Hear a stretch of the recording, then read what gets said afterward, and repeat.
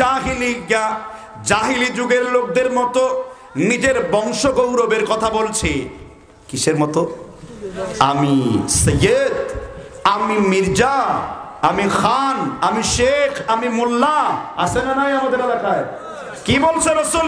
ইদা রাআইতুমুর রাজুলা, যখন তুমি কোন ব্যক্তিকে দেখবা তার ইয়াতাআজ্জাবি আযাইল জাহিলিয়া, আরবের আইয়ামে জাহিলিয়াতের লোকদের মতন নিজের বংশ গৌরব করছে, এরপরের অংশটুকু বলতে আমার লজ্জা লাগছে, যদি অনুমতি দেন আমি বলবো।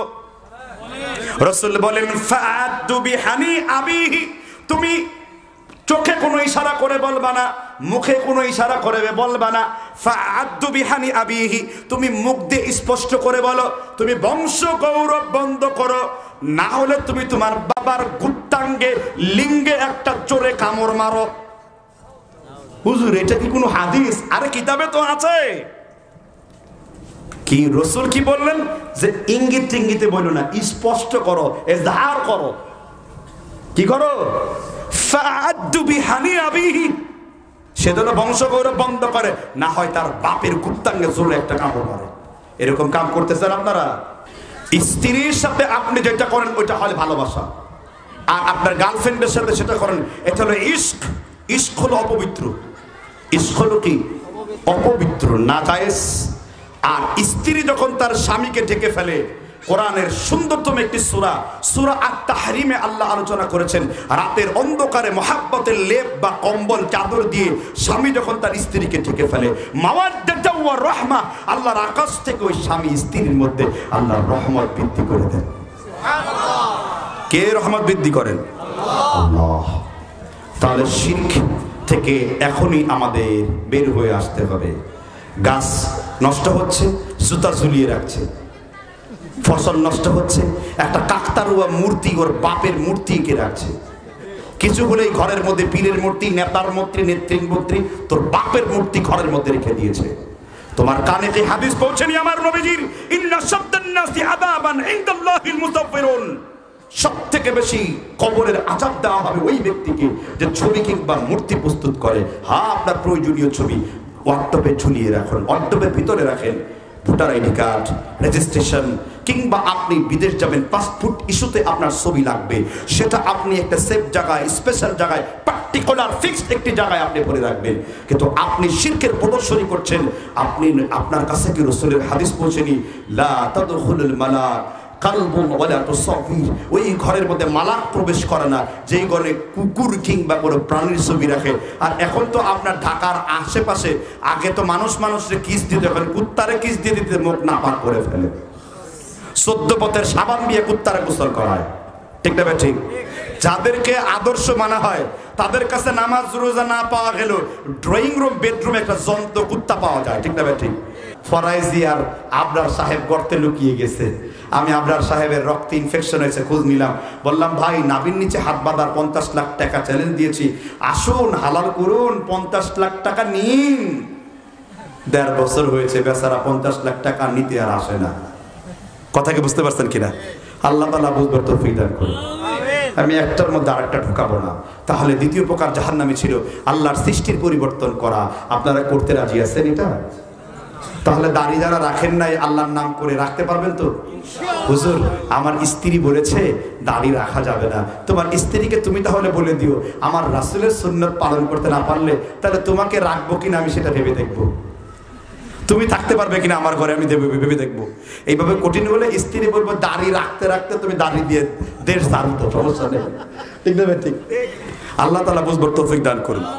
এজন্য দাড়িকে রেখে দিতে হবে, কিন্তু রেখে আবার ওই যে মওদুদি দাড়ি রাখা যাবে না। কি দাড়ি? মওদুদি দাড়ি রাখা যাবে না। মওদুদি সাহেব এটা প্রবর্তন করেছেন যে 40 হাত দূর থেকে দাড়ি দেখা গেলে, এই জন্য দেখবেন তাদের নেতা কর্মীদের দাড়ি খালি ছোট ছোট, ঠিক না? ঠিক। এই রোগ যাদের মধ্যে আছে, খোলাসা করে বলছি, এই রোগ থেকে বের হয়ে যান। ইবনে তাইমিয়া 700 বছর আগে ফতোয়া দিয়ে ক্লিয়ার করে গেছেন। তিনি বলেছেন যে শিয়ারা হলো ইহুদিদের গাধা। যখন ইহুদিদের কোনো যানবাহন প্রয়োজন পড়ে তখন শিয়া নামের গাধার উপর তারা আরোহণ করে। যেই শিয়াদের আকীদা হলো ওই হুসি বাহিনী, সৌদি আরব শিয়াদের প্রোটেস্ট কেন করছে? কারণ সৌদি আরবকে এই যুদ্ধের দিকে ঠেলে দিয়ে শিয়ারা চাচ্ছে তারা পৃথিবীর রাজত্ব ফাতিমি খেলাফতের মতো আবার নিয়ে এই দুনিয়াটাকে রাফিজি শিয়া দিয়ে তারা পরিপূর্ণ করে ফেলবে।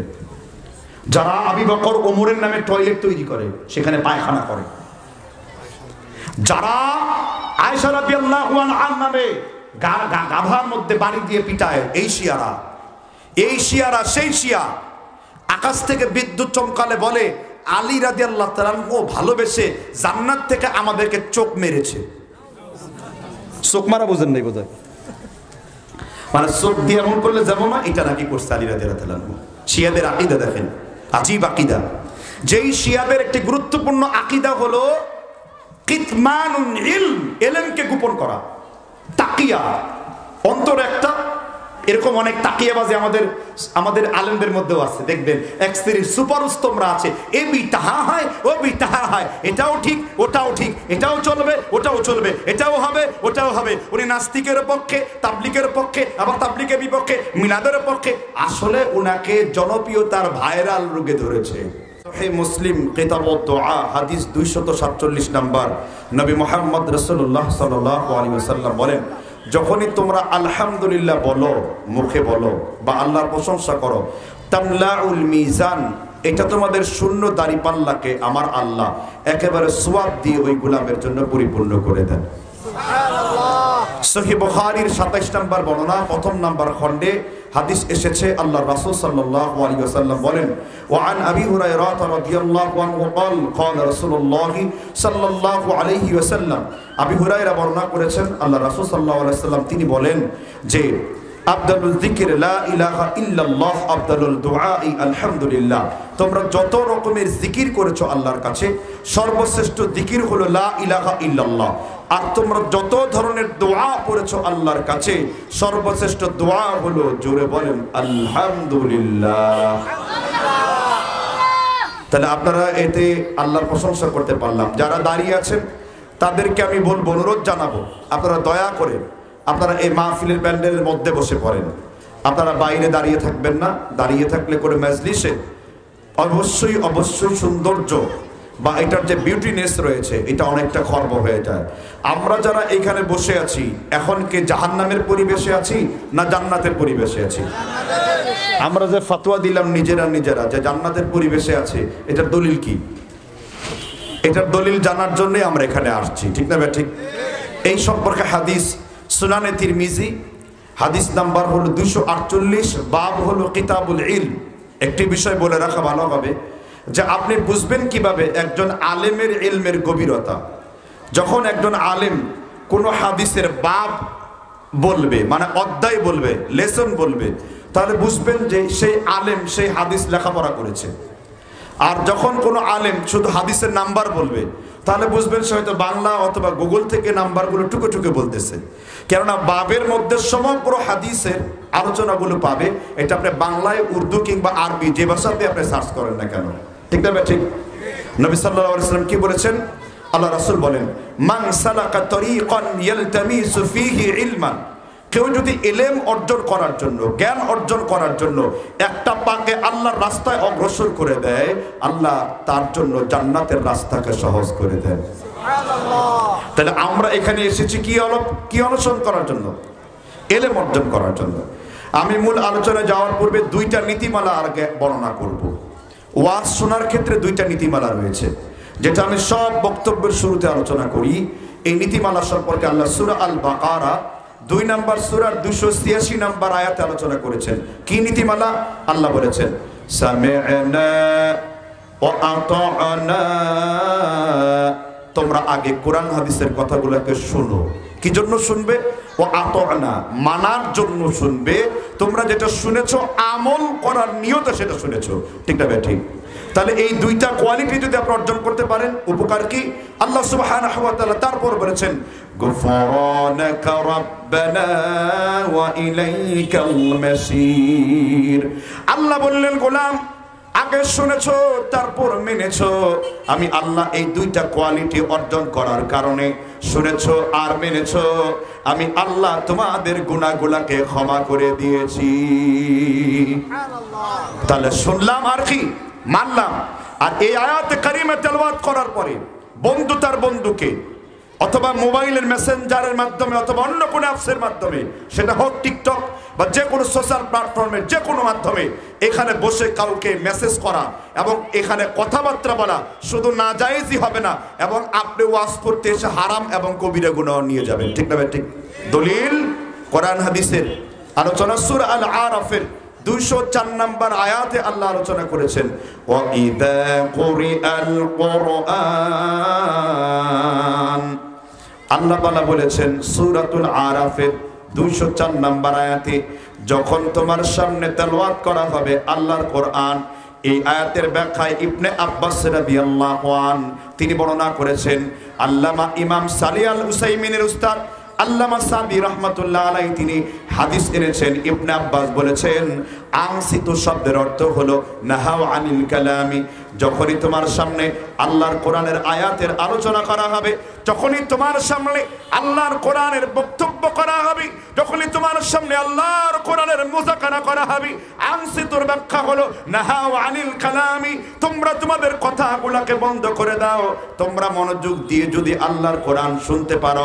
আল্লাহ তাআলা এই আয়াতের এই জুমলার শেষ অংশে আলোচনা করেছেন, তোমরা যদি কোরআন হাকিমের তেলাওয়াত গুলো মনোযোগ দিয়ে শুনতে পারো, লাআল্লাকুম তুরহামুন, আশা করা যায় আল্লাহর রহমত, কল্যাণ, বরকত তোমরা লাভ করতে পারবা। তাহলে এই আয়াত তেলাওয়াত করার পরে কথাবার্তা বন্ধ করতে হবে। ঠিক না? ঠিক।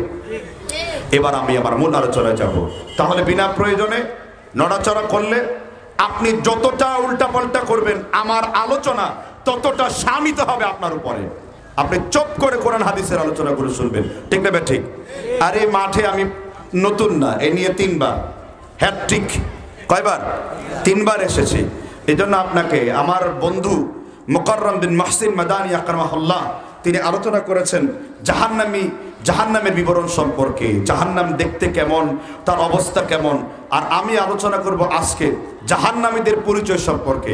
মানে কোন কোন লোকদেরকে এই হাদিস দিয়ে ফিট করলে, তাকালে, তার দিকে দূরবীন দিলে আপনি বুঝতে পারেন যে এই লোকটা হলো জাহান্নামী, এর তওবা করাটা জরুরি এবং জাহান্নাম থেকে বেঁচে থাকাটা জরুরি। ঠিক না? ঠিক জোরে বলেন। তাহলে আজকে সেই সব আমরা লিস্টগুলো করি। 1 নাম্বার জাহান্নামীদের তালিকা কোরআন আপনাকে দিয়েছে। 1 নাম্বার জাহান্নামী কারা? সূরাতুল মায়েদা 5 নাম্বার সূরার 72 নাম্বার আয়াতে আল্লাহ বলেছেন, ইন্নাহু মান ইউশরিক বিল্লাহি ফাকাদ হারামাল্লাহু আলাইহিল জান্নাহ ওয়া মাআওয়াহুন নার ওয়া মা লিয-যালিমিনা মিন আনসার। আল্লাহ তাআলা বলেছেন, নবী হে আমার, আপনি মানুষদেরকে জানিয়ে দিন, ইন্নাহু মান ইউশরিক বিল্লাহ, যে ব্যক্তি আল্লাহ সুবহানাহু ওয়া তাআলার সাথে শিরক স্থাপন করে, আমি আল্লাহ তার জন্য জাহান্নামকে অবধারিত করে দেই। আমার দেশের লোকেরা সস্তা বক্তব্য দেয়, বলে কারো মধ্যে যদি বিন্দু পরিমাণ ঈমান থাকে সে জান্নাতে যাবে। হ্যাঁ, এই কথা ঠিক, সে জান্নাতে যাবে। কিন্তু কারো মধ্যে যদি বিন্দু পরিমাণ শিরক থাকে তাহলে সে জান্নাতে যেতে পারবে না। এখানে বিন্দু পরিমাণ ঈমানের শর্ত হলো, তার কবলাল শুরুত হলো, আপনাকে শিরক মুক্ত ঈমান রাখতে হবে, যেন আপনার আমলে, যেন আপনার ঈমানে, যেন আপনার জিন্দেগিতে, যেন আপনার জবানি, যেন আপনার সমাজে, যেন আপনার ঘরের মধ্যে বিন্দু পরিমাণ কোন শিরক অবস্থান না করে। এবার হাদিস খুলবো। আপনারা বলতে পারেন 4 জন ইমামের মধ্যে সর্বশ্রেষ্ঠ ইমামের নাম কি? 4 জন ইমামের মধ্যে সর্বশ্রেষ্ঠ ইমামের নাম হলো ইমামে আজম আবি হানিফা রাহমাতুল্লাহ আলাইহি। আমি হানাফিদেরকে বলবো, হানাফি মাযহাবের অনুসারীদেরকে বলবো, আমি তাদেরকে কখনো আমি আর গালিগালাজ দেওয়ার চেষ্টা করি না। আমি শুধুমাত্র তাদের কিতাবের দলিলগুলো তাদের কাছে উপস্থাপন করে দিলেই তাহলে আমার কাজ শেষ হয়ে যায়। কারণ বাধ্য করে কোনো মানুষকে ইসলামের মধ্যে আনা যায় না। ইমাম আবু হানিফার উস্তাদের নাম হলো হাম্মাদ বিন সুলাইমান। মুহাম্মাদের উস্তাদের নাম হলো মুহাম্মদ বিন আলকামা, মুহাম্মাদের উস্তাদের নাম হলো ইব্রাহিম নাখঈ রাহমাতুল্লাহ আলাইহি, ইব্রাহিম নাখঈ উস্তাদের নাম হলো জালিলুল কদর সাহাবা আব্দুল্লাহ বিন মাসউদ রাদিয়াল্লাহু আন। এবার বুখারী শরীফের প্রথম খণ্ডের 1 নম্বর খণ্ডের 96 নম্বর হাদিসটি বলতে চাই যে শিরক কত বড় মারাত্মক অপরাধ। ইবনে মাসউদ রাদিয়াল্লাহু আন আল্লাহর নবীকে প্রশ্ন করলেন, আইয়ুদ্দাম বিইনদাল্লাহ, ও আল্লাহর নবী আপনি বলুন তো দেখি আল্লাহর কাছে সবথেকে বড় গুনাহ কোনটি? এবার রাসূল বললেন 3টা গুনাহ হলো আল্লাহর কাছে সবথেকে বড় গুনাহ। এর মধ্যে 1 নাম্বার হলো আশরিকে বিল্লাহ, আল্লাহর সাথে কেউ যদি শিরক স্থাপন করে।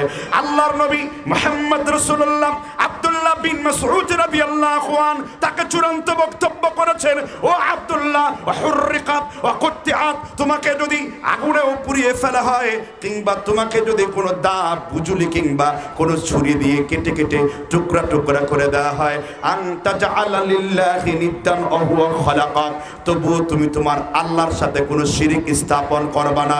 এই বাক্য কত চমৎকার!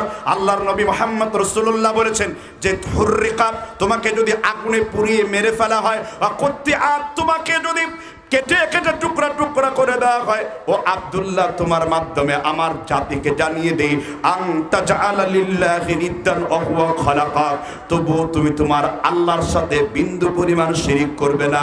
জোরে বলেন ঠিক না ঠিক? এবার আপনাদের মধ্যে এই শিরক আছে না নাই? কি বলছেন হাদিসে? এবার সুর ছাড়া বলি। রাসূল সাল্লাল্লাহু আলাইহি ওয়াসাল্লাম বললেন যে হে আব্দুল্লাহ, ওয়া হুররিকাত ওয়া কুতিআত, তোমাকে যদি অগ্নি দগ্ধ করে দেওয়া হয়, বান করে দেওয়া হয়, তোমাকে যদি কেটে টুকরা টুকরা করে দেওয়া হয়, তবুও তুমি তোমার আল্লাহর সাথে শিরক স্থাপন করবে না। ঠিক না ঠিক? কিন্তু এই শিরক যারা করবে তারা অবশ্যই জাহান্নামে যাবে, এবং জাহান্নামীদের প্রথম কাতার হবে যারা শিরক করবে, তারা হবে মুশরিক। আর মুশরিকদের স্থান হলো সরাসরি কোথায়? জাহান্নাম। যাদের হায়াতে জিন্দেগি পর্যন্ত অজ্ঞতার কারণে, না জানার কারণে আমরা যারা শিরক করেছি, তওবা করতে পারিনি, এরা যদি এই তওবাবিহীন মৃত্যুবরণ করে তাহলে সে চিরস্থায়ী জাহান্নাম যাবে। তার লা ইলাহা ইল্লাল্লাহ শিরক মিশ্রিত কালেমা দিয়ে সে আল্লাহর কাছে কখনো ক্ষমা পাবে না। মুসলিম শরীফের 103 নম্বর পৃষ্ঠায় এসেছে, ইন্নাল্লাহা ইয়াখরুজুন নাস মিনান নার ইয়াদখুলুল জান্নাহ, মানুষ জাহান্নামের আযাব ভোগ করে আবার জান্নাতে যেতে পারে, কিন্তু শর্ত হলো সেইগুলো কবিরা গুনার দায়ে মুক্ত হতে হবে। ইমাম আহমদ বিন হাম্বল রাহমাতুল্লাহ আলাইহি এবং মুগনি কিতাবের মধ্যে ইমাম কুদামা রাহিমাহুল্লাহ বলেছেন যে 5 শ্রেণীর মানুষকে আল্লাহ চিরস্থায়ী জাহান্নামী বানাবেন। কয় শ্রেণীর মানুষকে? জোরে বলেন। 1, যে ব্যক্তি শিরকে লিপ্ত রয়েছে। এখানে শিরকের 2টা অর্থ আছে, একটি হলো শিরকে আসগার, শিরকে আকবার। বড় শিরক দ্বারা অর্থ যে শিরকে, বড় শিরকে লিপ্ত থেকে তওবা করার সুযোগ পায় নাই, এই অবস্থায় মৃত্যুবরণ করেছে, সে তাহলে বড় চিরস্থায়ী জাহান্নামে যাবে। 2, যে ব্যক্তি আকীদাগত বেদাত করেছে। এই বেদাত আবার 2 রকম। বেদাতের আলোচনায় যত সময় প্রযোজ্য হবে এবং এইখানে কিছু বেদাতের সমাচার হয়েছে, সেগুলোকে আপনাদের সতর্কের উদ্দেশ্যে বলে দেওয়া হবে যে বেদাত এখন এতই গীবাত হয়ে গেছে, গীবতের মতো। গীবত যেমন গীবাতে পরিণত হয়ে গেছে, এখন বিদাত আমাদের জিহ্বার আগাতে এসেছে, আমাদের মাথার চিন্তাতে এসেছে, অথচ আমরা প্রতিদিন বিদাতের আলোচনা করি। চিরস্থায়ী জাহান্নামীদের মধ্যে একদল হলো যে ইতিকাদি বিদাতি করবে, অর্থাৎ আকীদাগত যে বিদাত করবে। 3, মুনাফিক। এটার মধ্যে ইতিকাদি নিফাকি যার মধ্যে আছে, ইন্নাল মুবাদদিরিনা কানু ইখওয়ানুশ শায়াতিন, যেরকম আছে আল্লাহ তাআলা সূরা নিসার 145 নম্বর আয়াতে বলেছেন, ইন্নাল মুনাফিকিনা ফিদ দারকিল আসফালি মিনান নার, নিঃসন্দেহে মুনাফিকদের স্থান হলো জাহান্নামের সবথেকে নিচু জায়গায়। এই কোরআন হাকিমে আল্লাহ মুনাফিকের 41টি বৈশিষ্ট্যের কথা তুলনা করেছেন, কিন্তু এর মধ্যে আমলগত 27টি আর আকীদাগত বাকি 18টি দিক রয়েছে। যেহেতু আলোচনা মুনাফিক নিয়ে না, আমি সেই আলোচনা করব না। আর এর মধ্যে আরেক প্রকার হলো যে ব্যক্তি আকীদাগত কুফর করেছে এবং যে ব্যক্তি নামাজ পরিত্যাগ করেছে। এই 5 প্রকার ব্যক্তিকে চিরস্থায়ী জাহান্নাম। যদিও 4 প্রকারের ব্যাপারে আলেমদের মধ্যে কোনো ইখতিলাফ নাই, কিন্তু সালাত পরিত্যাগকারী জাহান্নামী কি জাহান্নামী না, এই ব্যাপারে 3 জন আলেমদের মধ্যে মহা ইখতিলাফ রয়েছে। এই জন্য আমি আপনাদেরকে বলতে চাই, শিরিক করলে সে কতটুকু জাহান্নামে থাকবে? চিরস্থায়ী জাহান্নামে থাকবে। আর শিরিক করার পরিণতি সম্পর্কে রাসূল সাল্লাল্লাহু আলাইহি ওয়াসাল্লাম কি বলেছেন? আর উম্মতে মুহাম্মদীরা শিরিক যুক্ত থাকবে না শিরিক মুক্ত থাকবে?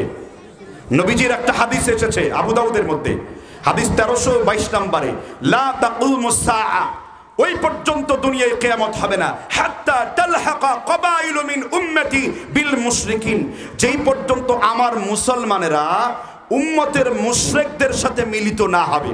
কাদের সাথে মিলিত হবে? উম্মতদের মুশরিকদের সাথে। মুশরিক কারা? যারা মুশরিক তাদের আকীদা আপনার আকীদা, তাদের বিশ্বাস আপনার বিশ্বাস, তাদের অনুষ্ঠান আপনার অনুষ্ঠান, তাদের ভালোবাসা আপনার ভালোবাসা, তাদের 31 আপনার 31, তাদের ভ্যালেন্টাইন আপনার ভ্যালেন্টাইন, তাদের পহেলা নববর্ষ আপনার পহেলা নববর্ষ, তাদের শিক্ষা আপনার শিক্ষা, তাদের সংস্কৃতি আপনার সংস্কৃতি, তাদের মূর্তি আপনার মূর্তি, তাদের ছবি আপনার ছবি, তাদের মাজার আপনার মাজার। এইরকম যারা করবে, রাসূল বলেছেন লা তাকুমুস সাআ হাত্তা তালহাকা কবাইলু মিন উম্মতি বিল মুশরিকিন, আমার উম্মতেরা শিরক করতে করতে শেষ পর্যন্ত মুশরিকদের সাথে মিলিত হবে। মিলিত হয়েছে না? এই যে মিলিত হয়েছে, বাইরে ভলান্টিয়ারদেরকে বলবো এই যে আবার যারা করছে এদেরকে ধরে এখানে নিয়ে আসে, স্টেজে বসিয়ে দিন। কারণ এরা অপদার্থের কোনো পদার্থই পড়ে না, তরল কঠিন বায়বীয় না, তাহলে সরাসরি অপদার্থ এরা। তাহলে এদেরকে এখানে নিয়ে আসেন, স্টেজে বসান, কোরআন হাদিস শুনেন, ঠিক না ঠিক? না হলে আধা কিলোর মধ্যে এটা একেবারে পবিত্র করে দেন। আমি কি বানিয়ে কথা বলছি আপনাদের সাথে? আচ্ছা, তাহলে উম্মতের শেষ ব্যক্তি পর্যন্ত কাদের সাথে মিলিত হবে? মুশরিকদের সাথে মিলিত হবে। এখানে মুশরিক বললেই সর্বপ্রথম বুঝি হিন্দু। হিন্দু কোনো ধর্ম না, সনাতন কোনো ধর্ম না। এটা হিন্দুদের প্রতি আমাদের চ্যালেঞ্জ, বহুবার বলেছি। হিন্দু কোনো ধর্ম না, হিন্দু নামটা মুসলমানদের দেওয়া। সুবহানাল্লাহ বলে। হিন্দু নামটা আওরঙ্গজেবের দেওয়া। আর সনাতন এই কথাটি ঋগ্বেদে, তারপরে আপনার বেদের মধ্যে 41 জায়গায় এসেছে, কিন্তু সনাতন ধর্ম হিন্দুস্তানের কোনো কিতাবের মধ্যে লেখা নাই। কথা কি বুঝতে পেরেছেন কিনা? আমি যেমন নিজে বলতে পারি আমার ধর্ম কি, ইন্নাদ-দীনা ইনদাল্লাহিল ইসলাম, 3টা আয়াত পেতে পারি। ওয়া মান ইয়াবতাগি গায়রাল ইসলামি দীনান ফালা ইউকবালা মিন ওয়া হুয়া ফিল আখিরাতি মিনাল খাসিরিন। আমি বলতে পারি, কিন্তু একজন হিন্দু একজন অমুসলিম বলতে পারে না। মুশরিক বলা হয় যে শিরক করে। মুশরিক বলা হয় কি? যে শিরক করে। এখন যে সার্জারি করে শিরক করে সেও মুশরিক, আর যে আনসার্জারি করে করে সেও মুশরিক। সার্জারি বুঝেন নাই? মানে যার মুসলমানি করানো হয় সেও যেমন মুশরিক যদি শিরিক করে, এখন মুসলমানি ছাড়াও যদি সে শিরিক করে সেও তেমন মুশরিক। কথা কি বুঝতে পেরেছেন কিনা? এই বৈশিষ্ট্যগুলো যাদের মধ্যে থাকবে সে মুশরিক। একটু উদাহরণ দিব আপনাদেরকে, রাগ করবেন না তো? শুধু সন্তান গর্ভে আসার পরে এই দেশের মায়েরা অনেকগুলো হিন্দুস্তান তথা ইহুদিদের যে খোরাফি অর্থাৎ কুসংস্কার জনিত শিরিক রয়েছে, সন্তান গর্ভে আসলে আপনার এলাকার মা বোনদের সম্পর্কে আমরা জানি যে তারা এই শিরিকগুলো করে। কিরকম? সন্তান গর্ভে আসার পরে সন্তানের চোখে মুখে কালো টিপ দিয়ে দেয়। কি জন্য? তারা মনে করে সন্তানের নিকট বদনজর লাগবে এবং সন্তানের নিকট জিনের বদনজর লাগতে পারে। এই জন্য তারা আবার গান গায়, আয় আয় চাঁদ মামা টিপ দিয়ে যা। এখন তো আবার কিলিং কিলিং সাইকেল চলার গানও বের হয়ে গেছে, ঠিক না? ঠিক জুড়ে বলেন। কিলিং কিলিং সাইকেল স্কুলের শিক্ষা, যেখান থেকে আপনার বাচ্চারা শিখবে। আর আল্লাহর নবী সাল্লাল্লাহু আলাইহি সাল্লামের কাছে তার প্রিয় নাতিকে দেওয়া হলো। একজন নাতি হাসান, আরেকজনের নাতির নাম কি? হুসাইন। হাদিস সিয়ারু আ'লামিন নুবালা, ইমাম যাহাবী 8ম খণ্ড 178 পৃষ্ঠা। শুআইব আরনাউদ আল মিশরি আল হানাফি তিনি তাহকিক তাখরিজ করে হাদিসটিকে সহিহ বলেছেন। যখন তার কন্যা ফাতেমা রাদিয়াল্লাহু আনহা এই দুই তার পুত্র সন্তানকে রসুলের কোলে দিলেন, রসুল বলেন হাদানে ইবনায়া, এই হুসাইন আর হাসান হলো তোমার প্রিয় নবীজির পুত্র সন্তান। বলেন সুবহানাল্লাহ। এরপর রসুল দোয়া করলেন ওয়াহুমা রায়হানাতায়া মিনাদ দুনিয়া, এই দুই নাতি হলো তোমার প্রিয় নবীজির সুগন্ধি। এরপর আল্লাহর নবী কপালে কালো টিপ দিলেন না, আয় আয় চাঁদ মামা টিপ দিয়ে যা, তাদের কপালে চার টিপ দিয়ে যা, এই গান শোনালেন না। আল্লাহর নবী তাদেরকে মাথায় হাত রেখে কুলে নিয়ে বললেন আউযু বিকালিমাতিল্লাহি তাম্মা মিন কুল্লি আইনিল লাম্মা। আল্লাহর নবী সাহাবীদেরকে বললেন এই কালেমাটি, এই দোয়াটি যে ব্যক্তি 7 বার পড়বে ইউখিদুর রাহমা, সে আল্লাহর রহমতের মধ্যে থাকবে। কোনো জিন এবং সৃষ্টির মধ্যে কোনো অনিষ্ট, কোনো জাদু, কোনো টোনা, কোনো কিছু তাকে আক্রমণ করবে না।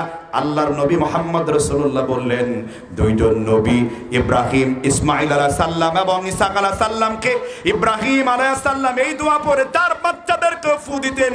এই জন্য আমি আমার কলিজার টুকরা নাতিদেরকে এই দোয়া পড়ে ফুক দেই।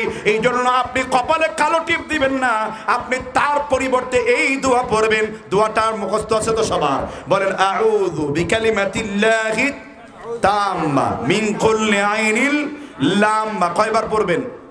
সকালে 7 বার, আর সূর্য ডুবার সাথে সাথে কয়বার? 7 বার। তাহলে রাসূল গ্যারান্টি দিয়েছেন এই বাচ্চাটা সমগ্র সৃষ্টির অনিষ্ট থেকে আল্লাহ তাআলা আপনাকে রক্ষা করবেন। কারণ এটা ওজিফা ছিল ইব্রাহিম আলাইহিস সালাম তার 2 ছেলেকে পরে ফুক দিতেন, আর আপনি আপনার ছেলেকে পরে ফুক দিবেন। সুবহানাল্লাহ। ফুক যদি নাও দেন আপনি শুধু এটা পড়বেন 7 বার। ফুক দেওয়ার কথা আমি হাদিসে পাই নাই, এটা কমন আমাদের দেশে একটা ভুল। আপনি পড়বেন 7 বার, সকালে সন্ধ্যায় 7 বার। তাহলে কপালে কালো টিপ দেওয়ার এই সংস্কৃতি কালো জিনিস দিয়ে তো ওই বাচ্চাটাকে আরো বিপদের মুখে ঠেলে দিচ্ছেন। কারণ কালো হলো জিনদের ফেভারিট কালার। রাসূল বলেছেন আল কলব ওয়াসওয়াদু মিনাশ শায়াতিন, কালো রং এক প্রকারের শয়তান, কালো কুকুর এক প্রকারের শয়তান। আবার কালো কুকুরের নিয়ে 4টা মাযহাব রয়েছে, কথা বুঝতে পেরেছেন কিনা? কালো কুকুর এক প্রকার কি? শয়তান। এজন্য ভাই সব আসেন আমরা শিরক থেকে মুক্ত থাকি, বাচ্চাদেরকে বুঝাই। বাচ্চাদের কপালে অনেকেই কালো টিপ দেন, আপনাদের এলাকায় অনেকেই কালো ইয়ে দেয়। আপনি আসেন, আপনাদের মা বোনদের আপনাদের এলাকায় আছে, এগুলো চলে আপনাদের দেশে? তাহলে সাবধান, কাজ করেছেন অল্প কিন্তু এর খেসারত কি অনেক বেশি। আবার বাচ্চা হওয়ার পরে আমার মা আমার বোন হাতের মধ্যে বিভিন্ন রকমের ম্যাচ রাখে, লোহার রড রাখে। যদি বলা হয় কি জন্য রাখো, সে বলে এটা রাখলে জিন আমাকে ধরবে না। টয়লেটে লোহার রড নিয়ে যাতায়াত করে, এগুলা ইসলামের কোনো শিক্ষা না, এগুলো অমুসলিমদের সংস্কৃতি থেকে তোমরা এনেছো, ঠিক না ঠিক জুড়ে বলেন। আর আল্লাহর নবী মুহাম্মদ রাসূলুল্লাহ কত নিয়ামত শিক্ষা দিয়েছেন। তুমি যখন টয়লেটের উদ্দেশ্যে ঘর থেকে বের হবে তুমি বলবে বিসমিল্লাহ। বিশ্বনবী বলেছেন যখনই কোনো মুমিন বিসমিল্লাহ বলে টয়লেটের দিকে গমন করে আল্লাহ তাআলা ওই জিনদের চোখের সামনে পর্দা ফেলে দেন। আর যখন সে এই দোয়া পড়ে আল্লাহুম্মা ইন্নী আউযু বিকা মিনাল খুবুতি ওয়াল খাবাইস, বিশ্বনবী সাল্লাল্লাহু আলাইহি সাল্লাম বলেন জিনদের চোখের সামনে পর্দা পড়ে যায়, এই জন্য আর দেখে না।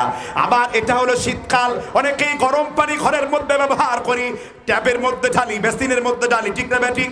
শাইখুল ইসলাম আল্লামা বিন বাস রাহিমাহুল্লাহ বলেছেন তোমরা যদি ট্যাপের মধ্যে গরম পানি ব্যবহার করতে চাও, যদি তোমরা বিসমিল্লাহ না বলো তাহলে জিনদের শরীরে এর আগুন লেগে সেখানে জিনের আক্রমণ হওয়ার সম্ভাবনা আছে। এই জন্য আমরা যখন কোনো ফতোয়া দেব সালাফদের দেখে দেব। এই জন্য আমরা ঘরোয়া এই শিরক থেকে বেঁচে থাকার চেষ্টা করব। রাজি আছেন তো সবাই? আবার অনেকেই কবিরাজের বাড়ির দিকে যায়, হাতের মধ্যে তাবিজ লেখে আনাকুম বানাকুম তানাকুম ইয়া মিকাইল ইয়া জিব্রাইল। আমার দেশের কওমিপন্থী আলেমরা ফতোয়া দেয় তাবিজ লাগানো জায়েজ আছে। আমি বলবো 3টা ফতোয়া আমাদের তরফ থেকে আছে। কেউ যদি কোরআন হাদিসের অস্পষ্ট তাবিজ লেখে এটা তাবিজ থাকে না, এটা হয়ে যায় তামিমা, কোনো সন্দেহ নাই। হানাফি, মালিকি, শাফিঈ, হাম্বলি, আহলুল ইলম একমাত্র শিয়া ছাড়া সকল মুসলমানের নিকটে তামিমা ব্যবহার করা সরাসরি শিরক। হুজুর তামিমা কাকে বলে? মাল ফারকু বাইনা তামিমা ওয়া তাবিজ। তামিমা কাকে বলে? আপনি হাতের মধ্যে লিখলেন ইয়া জিব্রাইলু ইয়া মিকাইলু উসবুকুল আশিকিন কুতকুতুল মাশিকিন ইত্যাদি শব্দ লিখে তাবিজ ধারণ করলেন, এটা সরাসরি শিরক। এটা সরাসরি কি? সরাসরি কি? শিরক। আর সবথেকে ছোট ফতোয়া যেটি রয়েছে হারাম এবং কবিরা গুনাহ, সেটা কোনটা? আমার ফতোয়া না ভাই, হানাফি মাযহাবের সকল উলামারাই ফতোয়া দিয়েছে। ইবনে মাসউদ সহ ইমাম আবু হানিফা পর্যন্ত, ইমাম তাহাবি পর্যন্ত, আবুল ফাতা গুদ্দা হানাফি পর্যন্ত এবং আওয়ামা পর্যন্ত, ওই মিশর বা সিরিয়ার হানাফি তারও পর্যন্ত ফতোয়া দিয়েছে আন্নাহু কারিহা তালিক শাইইম মিনাল কোরআন ওয়া গায়রুল কোরআন। এই কোরআনের আয়াত দিয়ে হোক অথবা গায়রে কোরআন দিয়ে হোক, অর্থাৎ সাহাবীগণ কোরআনের আয়াত লিখিত তামিমাকে তারা কারাহাত মনে করতেন। আর কারাহাত দ্বারা হানাফি মাযহাবের ইদাউল আদিল্লা, মুল্লা জিউনের নুরুল আনোয়ার, শরবে কিয়া, এছাড়া ফাসলুন ফি'লুল মুস্তাআরা উসুলে শাসির মধ্যে রয়েছে কারাহাত দ্বারা হানাফিগণ হারাম বুঝিয়ে থাকেন। তার মানে ফতোয়া হলো এই কোরআন হাদিসের আয়াত লিখলেও তাবিজ দেওয়া হারামের অন্তর্ভুক্ত। কবিরা গুনার অন্তর্ভুক্ত। কেন হারাম কি ফতোয়া অল্প? কথা কি, আমার কথা কি বুঝতে পারছেন কিনা? তাহলে এই ভুলগুলো মা বোনরা ভুলেও করবেন না, শিরকের প্রশিক্ষণ ঘরের মধ্যে দিবেন না। আল্লাহ তাআলা আমাদের বুঝবার তৌফিক দান করুন। তার রাসূল সাল্লাল্লাহু আলাইহি ওয়াসাল্লাম শেষ অংশে বলেছেন, হাত্তা তালহাকা কবাইলু মিন উম্মতি বিল মুশরিকিন, আমার উম্মতরা মুশরিকদের সাথে মিলিত হবে। কাদের সাথে মিলিত হবে? বলেন, কাদের সাথে মিলিত হবে? আমার কথা কি আপনারা বুঝতে পারছেন? মুশরিকদের সাথে মিলিত হবে। নবী সাল্লাল্লাহু আলাইহি ওয়াসাল্লাম বলেন, মুশরিকদের সাথে মিলিত হওয়ার অর্থ কি?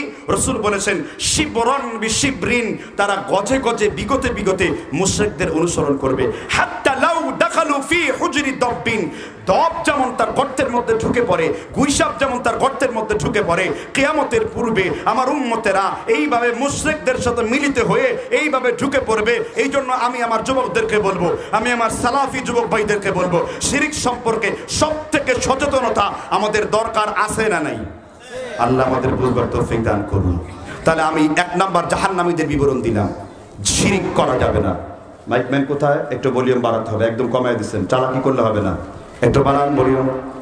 কথা কি বুঝতে পেরেছেন কিনা? যেহেতু আমার গলার আওয়াজ বেশি, চালাকি করলে হবে না। কথা কি বুঝতে পেরেছেন কিনা? তাহলে 1 নাম্বার পয়েন্ট থেকে শিখলাম, শিরক করলে সে জান্নাতি না জাহান্নামী। তাহলে হুজুর এতদিন শিরক করেছি, অজ্ঞতার কারণে কেউ যদি শিরক করে তাকে মুশরিক বলা যাবে না। কেননা আমাদের চোখে কাফের গ্রুপ অফ ইন্ডাস্ট্রি এনায়েতুল্লাহ আব্বাসীর চশমা বসানো নেই যে আমরা যাকে দেখলে তাকে কাফের বলে মুশরিক বলে ফতোয়া দেব।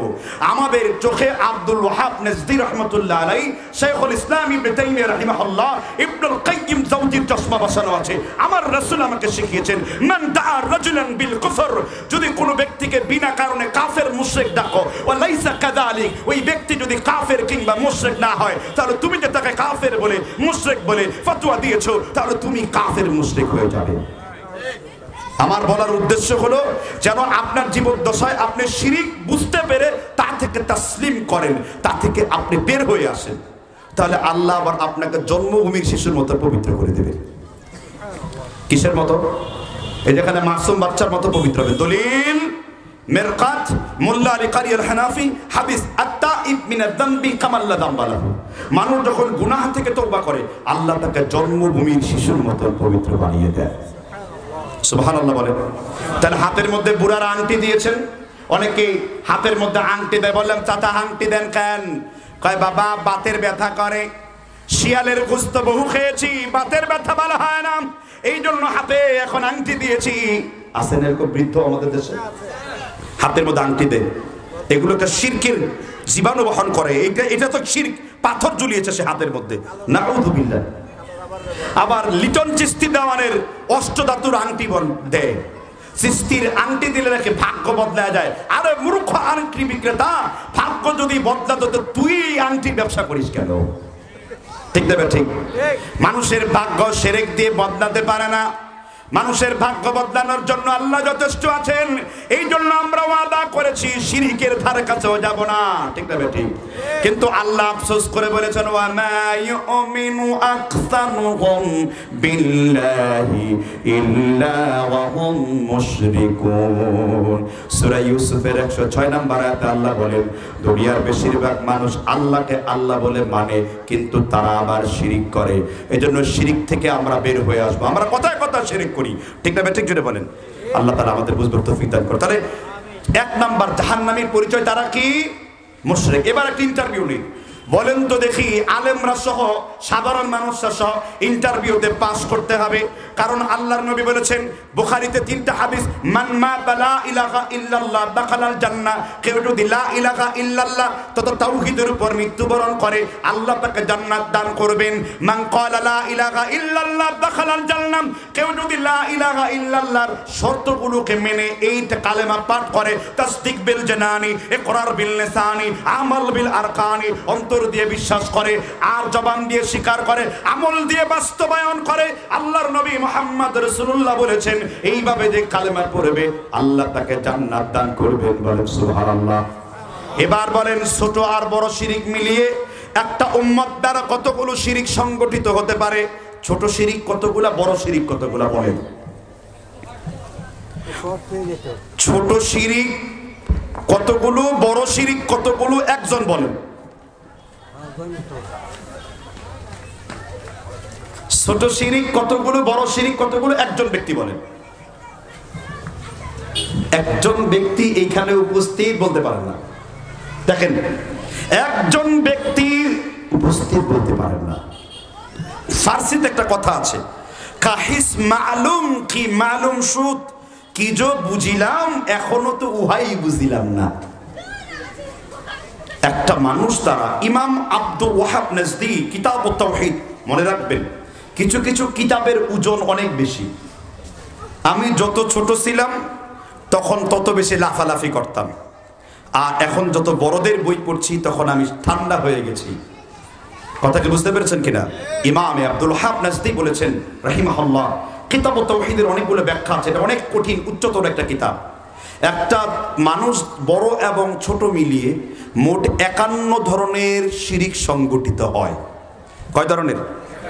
এর মধ্যে 36টি হলো বড় শিরক, বাকিগুলো 14 থেকে 16টি হলো ছোট শিরক।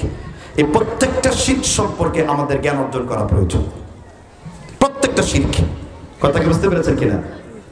যেমন ধরেন একটা কমন দেয়, কেউ কাউকে মহাব্বত করে, এটা কি হালাল না হারাম? আচ্ছা, মহাব্বতের সূত্র কি? রাসূল বলে দিয়েছেন, আবু দাউদের হাদিস, নাসাইর হাদিস, মুসনাদু আবু ইয়ালা নাসিরউদ্দিন আলবানী রাহিমাহুল্লাহ, তিনি তার বিখ্যাত কিতাব সিফাতুস সালাতুন নবী এই গ্রন্থের মধ্যে 4th খণ্ডে 48 পৃষ্ঠায় তিনি হাদিসটি আলোচনা করেছেন।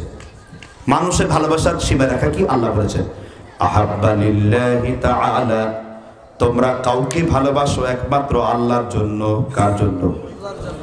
ও আবগাদা লিল্লাহি তাআলা, কাউকে ঘৃণা করো একমাত্র কার জন্য? ওয়া মানআ লিল্লাহি তাআলা, কাউকে কোনো কিছু দান করো একমাত্র কার জন্য? এখন আপনি যখন কোনো মেয়েকে ভালোবাসার কথা বলেন, এটা শরীয়তের দৃষ্টিতে ভালোবাসা নয়, ঠিক না ঠিক? কারণ মুমিনগণকে ভালো একমাত্র বাসতে হবে। মুমিনকে আল্লাহ বলেছেন একমাত্র সবথেকে কঠিন ভাবে কাকে ভালোবাসবেন। এই ভালোবাসার শব্দ একটা যুবক একটা যুবতীকে বলে জান, কি বলে? জান, আছে না নাই? এই শব্দ ফেসবুকে দেওয়া হয়, জান বলে সম্বোধন করে। আস্তাগফিরুল্লাহ, মাআযাল্লাহ। মূর্তি পূজার আকীদার সাথে তোর আকীদার কোনো পার্থক্য নাই। কারণ একমাত্র জান, একমাত্র প্রাণ, একমাত্র কুরবানি কার জন্য? আল্লাহ কোরআন কারীমে সূরা আনআমে আলোচনা করেছেন, কুল ইন্না সলাতি ওয়া নুসুকি ওয়া মাহইয়ায়া ওয়া মামাতি লিল্লাহি রাব্বিল আলামিন। নবী আপনি বলুন, আমি আল্লাহর জন্য নামাজ, আমি আল্লাহর জন্য তোমার জীবন, আমি আল্লাহর জন্য তোমার মরণ, আমি আল্লাহর জন্য তোমার কুরবানি। আমার জীবন, আমার মরণ, আমার কুরবানি কার জন্য? জুড়ে বলেন। আপনাদেরকে আল্লাহ তাআলার কথা বুলন্দ করে বলতে কি কষ্ট লাগে? এই তো 3 দিন আগে নির্বাচন গিয়েছে, আমার নেতার চরিত্র ফুলের মতন পবিত্র, নামাজ নাই করতে খুব নাতা করেছেন। কোথায় আল্লাহর নাম উচ্চারণ করতে হবে আল্লাহর গোলামের মতন, ঠিক না? ঠিক জোরে বলেন। তাহলে আপনার জীবন, আপনার মরণ কার জন্য? আরো জোরে বলেন, কার জন্য? এবার ভালোবাসার আয়াত আপনাদেরকে শিখিয়ে দেব। হাফেজ যারা রয়েছেন নোট করেন, আলেম যারা রয়েছেন হৃদয়ের মধ্যে রাখেন। খুতবার মিম্বারের যুবকদেরকে আল্লাহ পর্যন্ত আল্লাহকে চেনার রাস্তা আপনি চিনিয়ে দেবেন। আমি যুবকদেরকে ভালোবাসার আয়াত উপহার দিচ্ছি। কোরআন কারীমে আল্লাহ রাব্বুল আলামিন আলোচনা করেছেন সূরাতুল বাকারার 165 নাম্বার আয়াত। কত নাম্বার আয়াত? সূরা বাকারা কত নাম্বার আয়াত? ওয়া মিনান নাসি মাইয়াত্তাখিযু মিন দুনিল্লাহি আনদাদাই ইউহিব্বুনাহুম কাহুব্বিল্লাহ ওয়াল্লাযীনা আমানু আশাদ্দু হুব্বান লিল্লাহ। সুবহানাল্লাহ বলেন। আল্লাহ বলেন, মিনান নাসি মাইয়াত্তাখিযু মিন দুনিল্লাহি আনদাদাই ইউহিব্বুনাহুম কাহুব্বিল্লাহ, আল্লাহর মতোই কাউকে ভালোবাসো না। ওয়াল্লাযীনা আমানু আশাদ্দু হুব্বান লিল্লাহ, একজন ঈমানদার কঠিন ভাবে আল্লাহকেই শুধু ভালোবাসবে, ঠিক না? ঠিক জোরে বলেন। আপনি কঠিনভাবে কাকে ভালোবাসবেন? যে মেয়ের জন্য নামাজ পরিত্যাগ করেছো, যেই মেয়ের জন্য নফসের গোলামি করেছো, যেই মেয়ের জন্য জেনা করেছো, যেই মেয়ের জন্য রুম ডেট করেছো, যেই মেয়ের জন্য ঘরের মধ্যে ডেট করেছো, তুমি ওই মেয়েকে আল্লাহর চাইতে বেশি প্রাধান্য দিয়েছো। এই জন্য ইমামে আব্দুল ওয়াহাব নজদি বলেছেন, মক্কার মূর্তির পূজাগুলো সরানো গিয়েছে, কিন্তু আমাদের কলবের মধ্যে হাজার মূর্তি বসে আছে, এইটা আমরা সরাতে পারি নাই। কারণ আমার দেশের আলেমরা এই ব্যাপারে মানুষকে সতর্ক করে না। এই জন্য এই মহব্বতের শিরক এটা মারাত্মক পর্যায়ের। মহব্বতের শিরক এটা কোন পর্যায়ের? আরো আইতা মানিত্তা খোদা ইলাহু হাওয়া। নবী আপনি দেখবেন অনেকেই তার নফসকে আল্লাহর উপর গ্রহণ করেছে। আমার এই বক্তব্য যদি কোনো যুবকের কানে পৌঁছে, পর্দার অন্তরালে যদি কোনো মায়ের কানে পৌঁছে, কোনো বোনের কানে পৌঁছে, যে ইউনিভার্সিটিতে পড়ালেখা করে, যত প্রেম করেছো, ভালোবাসা করেছো, অবৈধ ছেলেদের সাথে নিজের জীবন যৌবনকে নষ্ট করেছো, এখন তুমি তওবা করে ফিরে এসো, না হলে মনে রেখো এই গুনাহ তোমাকে এক সময় শিরকের দিকে ঠেলে নিয়ে যাবে। ঠিক না? ঠিক ছেড়ে বলে। এখন আসেন বৈধ কি? স্ত্রীর সাথে আপনি যেটা করেন ওইটা হলো ভালোবাসা, আর আপনার গার্লফ্রেন্ডের সাথে সেটা করেন এটা হলো ইশক। ইশক হলো অপবিত্র। ইশক হলো কি? অপবিত্র, নাজায়েজ। আর স্ত্রী যখন তার স্বামীকে ঢেকে ফেলে, কোরআনের সুন্দরতম একটি সূরা, সূরা আত-তাহরিমে আল্লাহ আলোচনা করেছেন, রাতের অন্ধকারে মহাব্বতের লেপ বা কম্বল চাদর দিয়ে স্বামী যখন তার স্ত্রীকে ঢেকে ফেলে, মাওয়াদ্দাতাও ওয়া রাহমা, আল্লাহর আকাশ থেকে ওই স্বামী স্ত্রীর মধ্যে আল্লাহর রহমত বৃদ্ধি করে দেন। সুবহানাল্লাহ। কে রহমত বৃদ্ধি করেন? আল্লাহ। তাহলে শিরক থেকে এখনই আমাদের বের হয়ে আসতে হবে। গাছ নষ্ট হচ্ছে, জুতা ঝুলিয়ে রাখছে, ফসল নষ্ট হচ্ছে, একটা কাকতারুয়া মূর্তি ওর বাপের মূর্তিকে রাখছে, কিছু হলেই ঘরের মধ্যে পীরের মূর্তি, নেতার মূর্তি, নেত্রীর মূর্তি, তোর বাপের মূর্তি ঘরের মধ্যে রেখে দিয়েছে। তোমার কানে যে হাদিস পৌঁছেনি আমার নবীজির, ইন্না শাদ্দান নাসি আযাবান ইনদাল্লাহিল মুসাফফিরুন, সবথেকে বেশি কবরের আযাব দেওয়া হবে ওই ব্যক্তিকে যে ছবি কিংবা মূর্তি প্রস্তুত করে। হ্যাঁ, আপনার প্রয়োজনীয় ছবি ওয়াটসঅ্যাপে ঝুলিয়ে রাখুন, ওয়াটসঅ্যাপের ভিতরে রাখেন, ভোটার আইডি কার্ড, রেজিস্ট্রেশন, কিংবা আপনি বিদেশ যাবেন, পাসপোর্ট ইস্যুতে আপনার ছবি লাগবে, সেটা আপনি একটা সেফ জায়গায়, স্পেশাল জায়গায়, পার্টিকুলার ফিক্সড একটি জায়গায় আপনি পরে রাখবেন। কিন্তু আপনি শিরকের প্রদর্শনী করছেন। আপনি, আপনার কাছে কি রাসূলের হাদিস পৌঁছেনি, লা তাদখুলুল মালাক কালবুন ওয়ালা তুসাফির, ওই ঘরের মধ্যে মালাক প্রবেশ করে না যেই ঘরে কুকুর কিংবা কোনো প্রাণীর ছবি রাখে। আর এখন তো আপনার ঢাকার আশেপাশে, আগে তো মানুষের কিস দিতে, এখন কুত্তারে কিস দিয়ে দিতে মুখ নাপাক করে ফেলে। 14 পথের সাবান দিয়ে কুত্তারে গোসল করা হয়। ঠিক না? ঠিক। যাদেরকে আদর্শ মানা হয় তাদের কাছে নামাজ রোজা না পাওয়া গেল ড্রয়িং রুম, বেডরুমে একটা জন্ত কুত্তা পাওয়া যায়। ঠিক না? ঠিক। এগুলো হলো হাদিস অবমাননা করার একটি পায়তারা, যা ওই যে পশ্চিমাদেরকে অনুসরণ করে। ওই যে রাসূল বলেছেন যে শিবরন বিশিবরিন যিরাআন বিযিরাইন, গজে গজে, বিগতে বিগতে আমার উম্মতেরা মুশরিকদের সাথে অনুসরণ করে চলবে। এই ব্যাপারে কঠিন একটা ফতোয়া দিয়েছেন। ফতোয়াটা শোনায় দেব। আমি আপনার পাশের বাড়ির কোনো ছোটখাটো মৌলবীর ফতোয়া শোনাবো না, আমার মতো এরকম হাইব্রিড মুফতি সাহেবের ফতোয়া শোনাবো না। আমি ফতোয়া শোনাবো হুযায়ফা রাদিয়াল্লাহু আনহু। কার ফতোয়া? হুযায়ফাকে কি আপনি চিনেন? তিনি কে? হুযায়ফা ইনি কে ছিলেন? অনেক মুরব্বীরা এসেছেন, এই সাহাবার নামও বলতে পারে না, কিন্তু সিনেমার নায়ক নায়িকার নাম সূর্য গোষ্ঠী শুদ্ধ বলে দিতে পারে। কি ধরনের কপাল আমরা এই সাহাবীর নাম জানি না। এবার শুনবেন ফতোয়াটি। কই হুজুর এই ফতোয়া কোথায় আছে? বাংলা অ্যাপসে দলিল দেই। আগে আপনি খুলবেন হাদিস সম্ভার, আব্দুল হামিদ ফাইসি আল মাদানী আকরামাহুল্লাহ হাফিজাহুল্লাহ। হুজুর বাংলা আমরা মানি না, তাহলে আরবি অ্যাপস তোরাস থেকে খুলুন। হাদিসের কিতাব মুসনাদ বাজ্জার, মুসনাদ আবু ইয়ালা, তারপরে আছে সহিহুল জামে 1045 নম্বর হাদিস। এখানে ফতোয়া দিয়েছেন হুযায়ফা রাদিয়াল্লাহু আনহু যে শেষ দিকে আমার উম্মতের মুসলমানেরা, রাসূলের উম্মতরা শিরক করতে করতে, মানে মুশরিকদের অনুকরণ করতে করতে এমন হবে, তারা যদি শুকনা পায়খানা বক্ষণ করে তারা তাদের সাথে শুকনা পায়খানা বক্ষণ করবে, তারা যদি নরম পায়খানা বক্ষণ করে তারা তাদের সাথে মিলে নরম পায়খানা বক্ষণ করবে, বলেছেন বক্তা হুযায়ফা রাদিয়াল্লাহু আনহু। কি করেছেন না আপনারা? ইহুদি খ্রিস্টানরা যেইভাবে চুল রাখে আমার যুবকরা ওইভাবে রাখে। ইহুদি খ্রিস্টানরা যেইভাবে খাওয়া দাওয়া করে আপনার ঘরে ওইভাবে খাওয়া দাওয়া হয়। আমার নবী বলেছেন কুল্লু গুলামিন রহিনাতুন আও মুরতাহানুন, প্রত্যেকটা সন্তান আল্লাহর কাছে দায়বদ্ধ। যখন 7 দিন হবে তার আকিকা দাও, কিন্তু আকিকা দেওয়ার পরিবর্তে এখন আবার স্মার্টনেস হয়েছে। আমার ঢাকা জেলার লোকদের বড় অসুখ আছে, তারা কথায় কথায় এখন আর ফেসবুক টেসবুক এগুলা দেখে না, এখন কয় আমার ঘরে টেলিভিশন নেই। তোমার ঘরে টেলিভিশনের দরকার কি? আইফোন এবং অ্যান্ড্রয়েডের সেটগুলো তোমার হাতের মধ্যে আছে। তোমার বাচ্চারা সারাদিন রিলস এবং ইনশর্ট ভিডিওর মধ্যে সারাদিন এই নাফরমানিগুলো দেখে। ঠিক না ঠিক? খুব তো ঠিক ঠিক বলতেছেন, কিন্তু ইলমকে আমলে পরিণত কয়দিন করেন আপনি? আপনার মা আপনার বোন যখন প্রগতিবাদ কাফেরদের ধোয়া তুলে বলে happy delivery day to you, happy delivery day to you, তখন আপনার ইমান থাকে কোথায়? আপনি কিসের বার্থডে পার্টি পালন করেন? সব এগুলো কাফের মুশরিকদের চক্রান্ত, তাদের থেকে শিক্ষা। ঠিক না ঠিক?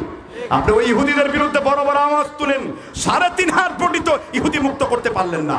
এই জন্য আমরা বলছি যেই পর্যন্ত ইহুদিদের সাথে আমরা জয়লাভ করতে পারবো না, যেই পর্যন্ত মুসলমানগণ তার ঈমান এবং আমলে তরাক্কি না করবে। যেমন রাসূল সাল্লাল্লাহু আলাইহি সাল্লাম তিনি স্পষ্ট করে বলেছেন, মান তাশাব্বাহা বিকাউমিন ফাহুয়া মিনহুম, যে ব্যক্তি অন্য কোন জাতির সাদৃশ্যতা অবলম্বন করে তাদের সাথে জাহান্নামের মধ্যে থাকবে।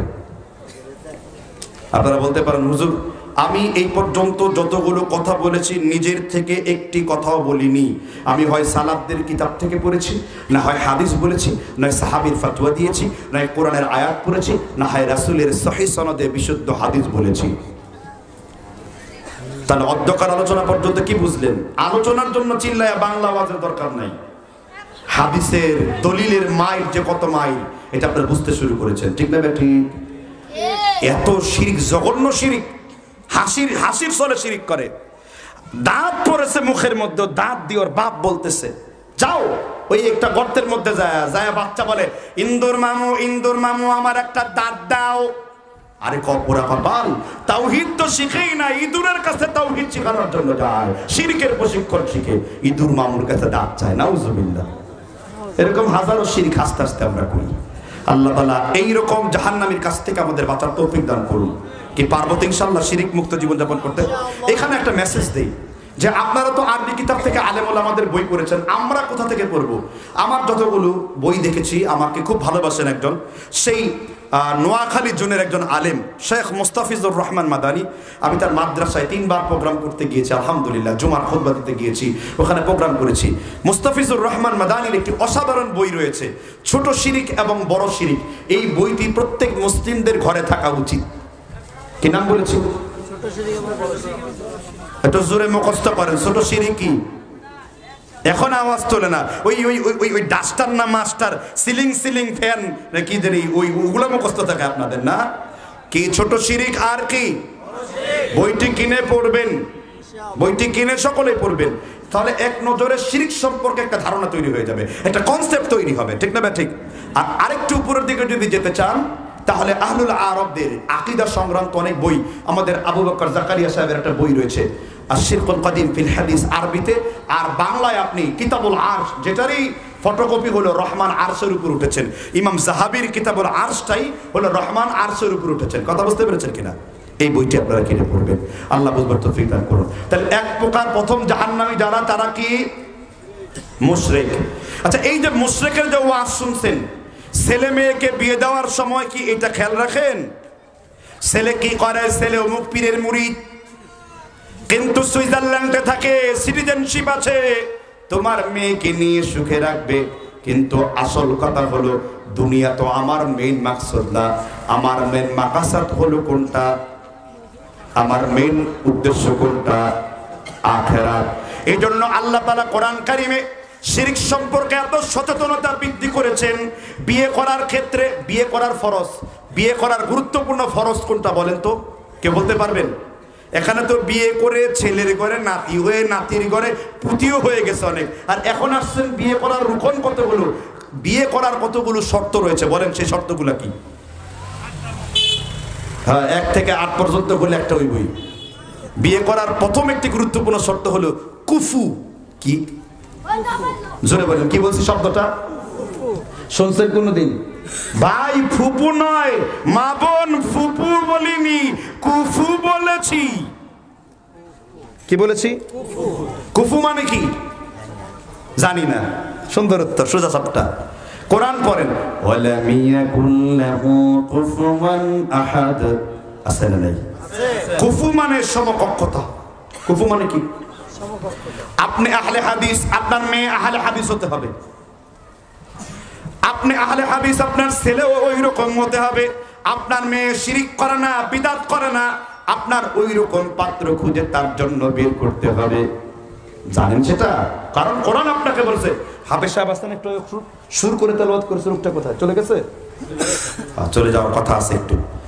এই কথাটা তার কাছে এই ওয়াজটা পৌঁছে দিবেন এরপরে, ঠিক না? ঠিক। দ্বিতীয় পার্টে যে আলোচনা হবে সেটা পৌঁছে দিন তার কাছে আপনি। কি আল্লাহ তাআলা বলেছেন, মুমিনিনা মুমিনাতি মুসলিমিনা মুসলিমাতি কানিতিনা কানিতাতি। মুমিন মুমিনকে বিয়ে করবে, মুসলিম মুসলিমকে বিয়ে করবে, তওবাকারী তওবাকারীকে বিয়ে করবে, পবিত্র ব্যক্তি পবিত্রকারিণী মহিলাকে বিয়ে করবে। এটাই বলা হয় কুফু। মুমিন মুমিনকে বিয়ে করবে, একজন তওবাকারী তওবাকারীকে বিয়ে করবে, একজন মুসলিম মুসলিমাকে বিয়ে করবে। সুবহানাল্লাহ বলেন। এখন তো খুব সুবহানাল্লাহ বলেন, কিন্তু পাশের ফ্ল্যাটের পাশের বাড়ির একটা মাজার পূজারি, কবর পূজারি, আমি পীরের নাম বলবো না, নাম বললে মাইক সহ স্টেজটা নাপাক হয়ে যাবে। নাম কতগুলো জাহেলদের বলবো। ওই পীরের মুরিদের কাছে ছেলে যখন তুলে দেন, তখন কোথায় কুফু থাকে, তখন কোথায় আহলে হাদিস থাকে, তখন কোথায় সালাফি থাকে, তখন কোথায় আল্লাহর নবীর সুন্নাত জিন্দা থাকে। আপনি বিয়ের গুরুত্বপূর্ণ একটি অংশের মধ্যে আপনি শিরিক মুশরিক না বুঝার কারণে এই পীরদের বাড়ির সাথে কারবার করছেন। এরকম ঘটনা আপনার এলাকায় আছে না নাই? আমি আপনার এলাকার কয়েক ডজনের খবর জানি। পীরদের কাছে নিজের ছেলের মেয়েকে বিয়ে দিচ্ছে, মেয়েকে উঠিয়ে দিচ্ছে। জামাই কি করে? অমুক পীরের মুরিদ। লজ্জা করে না তখন? ভাই সব প্রত্যেকটা বিষয়ে আমাদেরকে আখিরাত কেন্দ্রিক সালাফদের জীবন চরিত্রের বাইরে যাওয়া যাবে না। আল্লাহ তাআলা আমাদের বুঝবার তৌফিক দান করুন। তাহলে এক প্রকার জাহান্নামের পরিচয়। তাহলে এই বই পড়লে আমরা শিরকের পরিচয় পাবো। শিরক নিয়ে মেলা ওয়াজ হয়েছে, যেগুলো কম হয় আমি একটু বললাম, ঠিক না ঠিক? এবার দ্বিতীয় জাহান্নামীদের একটি বিবরণ বলবো, শুনবেন কিনা? দ্বিতীয় জাহান্নামীদের বিবরণ, কারা জাহান্নামে যাবে। যদি এটা এখানে কোনো মানুষের মধ্যে থাকে, সে জাহান্নামে যাবে যদি তওবা করতে না পারে। আজকের আলোচনা শোনার পরে যখনই আপনার কানে এই হাদিস পৌঁছবে, তখনই আপনার তওবা করতে হবে। দ্বিতীয় প্রকার জাহান্নামীদের পরিচয় হলো লিল হুসনিল মুগায়্যিরাতি খালাকাল্লাহ। আমি মুসলিম শরীফের ইবারত পাঠ করেছি, 1684 নম্বর। নবীজি সাল্লাল্লাহু আলাইহি ওয়াসাল্লাম বলেছেন, লিল হুসনিল মুগায়্যিরাতি খালাকাল্লাহ। যে ব্যক্তি আল্লাহর সৃষ্টির পরিবর্তন করে সে জাহান্নামী। কার সৃষ্টির? জোরে বলেন। আল্লাহর সৃষ্টির। কার সৃষ্টির? আল্লাহর সৃষ্টির। আপনি কি? আল্লাহর সৃষ্টি। খালেক। আল্লাহ বলেন কি? আপনি কি? মাখলুক। এটা কার সৃষ্টি? আল্লাহর। এটা যারা বলছেন তারা আবু হানিফা বলেছেন, 4 ইমাম বলেছেন, যারা বলে কোরআনকে আল্লাহর সৃষ্টি, যদি জেনে বুঝে বলে, আপনারা না জেনে বলেছেন, তাহলে সাথে সাথে এটা কুফরে বাওয়া হয়। এটা বিদাতি আকীদাগত বিদাতির আকীদা। কোরআনকে মাখলুক মনে করা, কোরআন আমাদের মতো সৃষ্টি না, এটা কোন সলফে সালেহিনদের আকীদা না, এটা আকীদাগত বিদাতিদের ফতোয়া হলো কোরআন হলো সৃষ্টি, কোরআন হলো আল্লাহর কালাম। কোরআন কার কালাম? আল্লাহর কালাম। কথা কি বুঝতে পেরেছেন কিনা? কোনদিন কোরআনকে আল্লাহর সৃষ্টি বলবেন না, কোনদিন কোরআনকে আল্লাহর কি? তাহলে হাদিস বলছে কি? লিল হুসনিল মুগায়্যিরাতি খালাকাল্লাহ। আল্লাহ রাসূল বলেছেন যে সালাতুন লা ইয়াদখুলুল জান্নাহ, 3 প্রকার ব্যক্তি আল্লাহর জান্নাতে প্রবেশ করবে না। এর মধ্যে এক প্রকার হলো লিল হুসনিল মুগায়্যিরাতি খালাকাল্লাহ, যে ব্যক্তি করে। আচ্ছা, এখানে আল্লাহর সৃষ্টির পরিবর্তনকারী কোনো ব্যক্তি কি আছে আমাদের এখানে বসা? আল্লাহর সৃষ্টি পরিবর্তন করা কোনো ব্যক্তি কি এখানে বসে আছে? একটু উদাহরণ দিই ছোট্ট করে। আপনাকে আল্লাহ তাআলা দাড়ি দিয়েছেন, ছোট দাড়ি হোক, চুটকি দাড়ি হোক, লম্বা দাড়ি হোক, আমার মতো অল্প একটু দাড়ি হোক, আর আমার বন্ধু মোকাররম সাহেবের মতো দাড়ি হোক। অনেকে মনে করেন মোকাররম সাহেবের নাম বলছি, উনি আমার বয়সে ছোট, ওনার জন্ম 88-তে, আমার জন্ম 86-তে। কথা বুঝতে পেরেছেন কিনা? আল্লাহ তাআলা উনাকে একটু দাড়ি পাকায় দিয়েছেন, আল্লাহ উনাকে মর্যাদার দিকে নিয়ে গেছেন, কিন্তু খুবই অন্তরঙ্গ সম্পর্ক আমাদের দুইজনের মধ্যে রয়েছে, এজন্য বন্ধু বলছি। কথা বুঝতে পেরেছেন কিনা? তার আবার দূরে যে বলবে যে বেয়াদবি করতেছে না। আমার খুব ক্লোজ একজন বন্ধু মানুষ হলেন মুকাররম বিন মহসিন মাদানী। অনেক সময় বাতিলদের সাথে মোনাজারায় মুকাররম ভাইয়ের নাম দেখবেন ঘোষণা করা থাকে। কথা বুঝতে পেরেছেন কিনা? তো আল্লাহ সুবহানাহু ওয়া তাআলা শায়েখের ইলম এবং আলোচনায় বরকত দান করুন।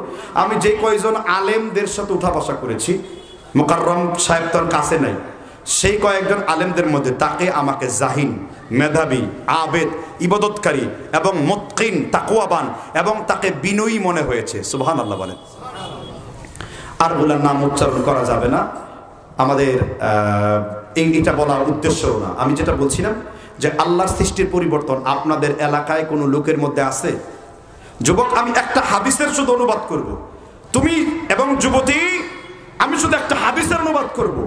যদি তুমি যুবক আর তুমি যুবতী, তুমি ল্যাড আর তুমি লেডি, এই হাদিসের মধ্যে পড়ো, এখন তওবা করতে হবে। করবো কিনা? আল্লাহর নবী ওয়া আন আবি হুরায়রা রাদিয়াল্লাহু আনহু قال রাসূলুল্লাহ, পেছনের লোকদের মুখে রাসূলের নাম শুনলেও দরুদ পড়তে দেখলাম না।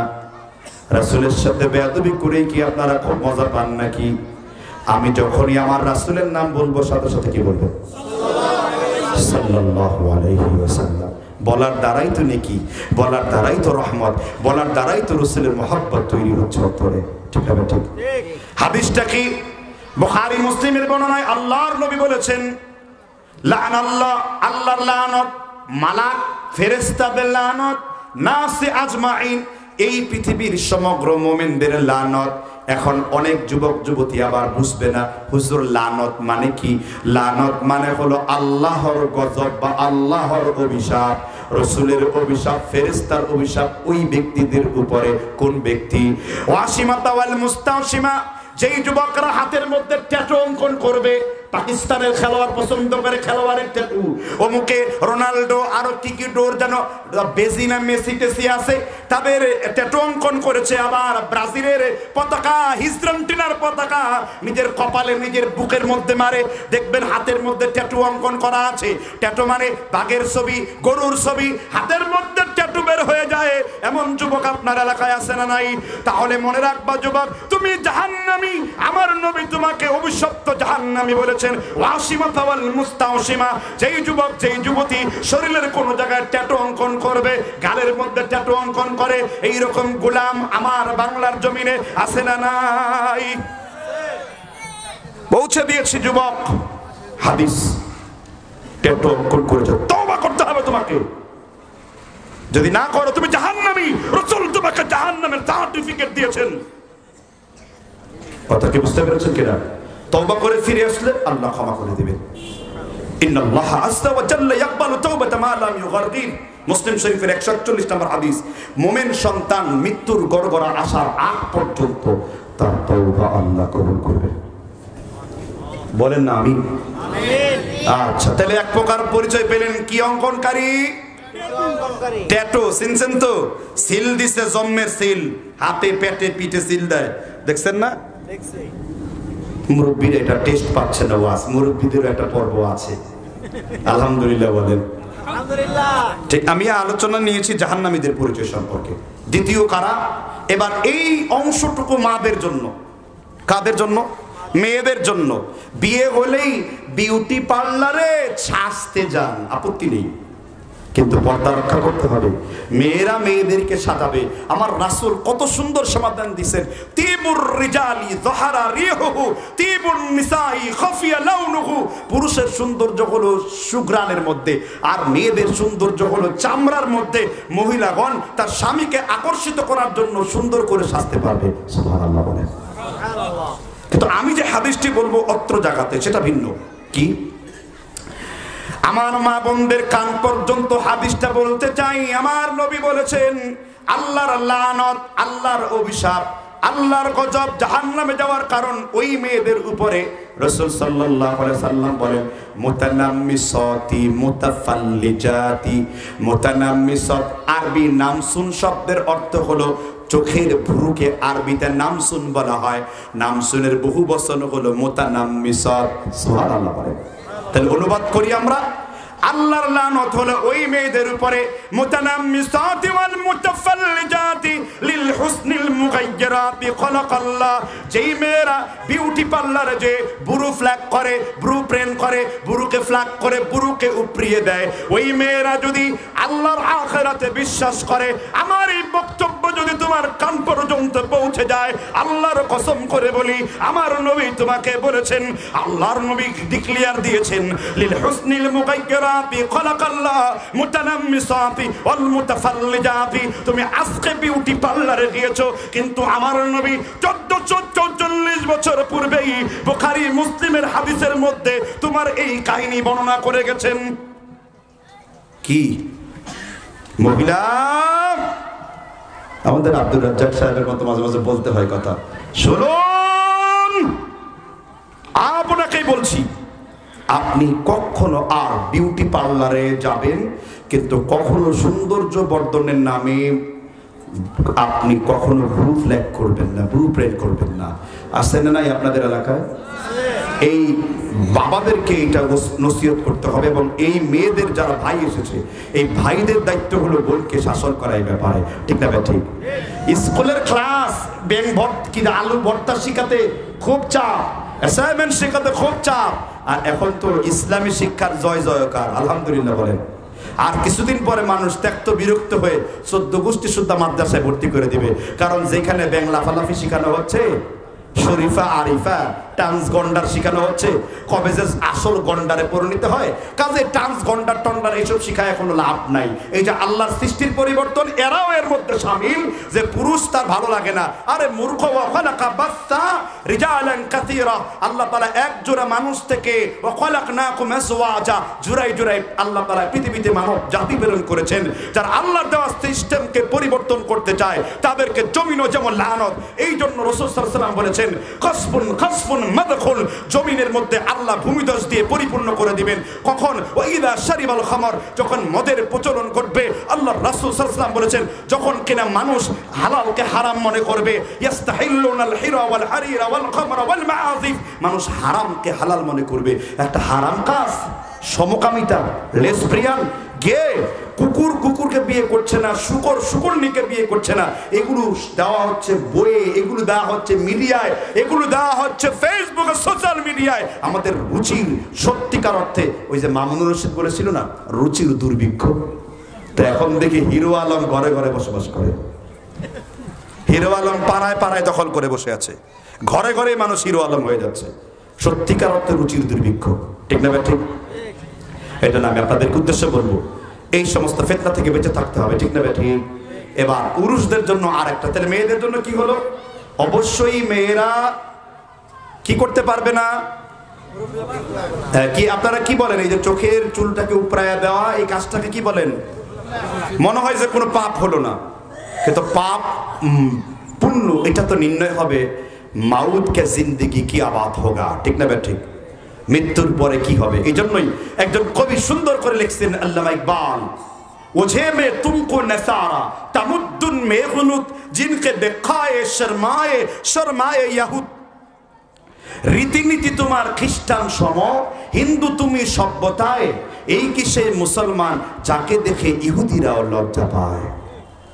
এবার তৃতীয় অংশটি হলো ওই মুরব্বী শ্রেণীর, যুবক শ্রেণীদের জন্য, লিল হুসনিল মুগায়্যিরাতি খালাকাল্লাহ, আল্লাহর সৃষ্টির পরিবর্তনের গুরুত্বপূর্ণ একটি হলো, আপনারা এখন পর্যন্ত আহলে হাদিস দাবি করে মুখে দাড়ি ছেড়ে দিতে পারেননি, কেননা অন্তরের মধ্যে একটা বেগানা মহিলার মহাব্বত রেখেছেন, কেননা অন্তরের মধ্যে মানুষের ভয়ের মহাব্বত রেখেছেন, আপনার স্ত্রীর মহাব্বত রেখেছেন। আরে ভাই, যারা মুখে দাড়ি রাখতে পারে নাই, আল্লাহর কসম, এই অবস্থায় মৃত্যুবরণ করলে আপনার এটা জাহান্নামে যাওয়ার অন্যতম একটি কারণ হতে পারে, কারণ দাড়ি কাটা এটা কবিরা গুনাহের অন্তর্ভুক্ত।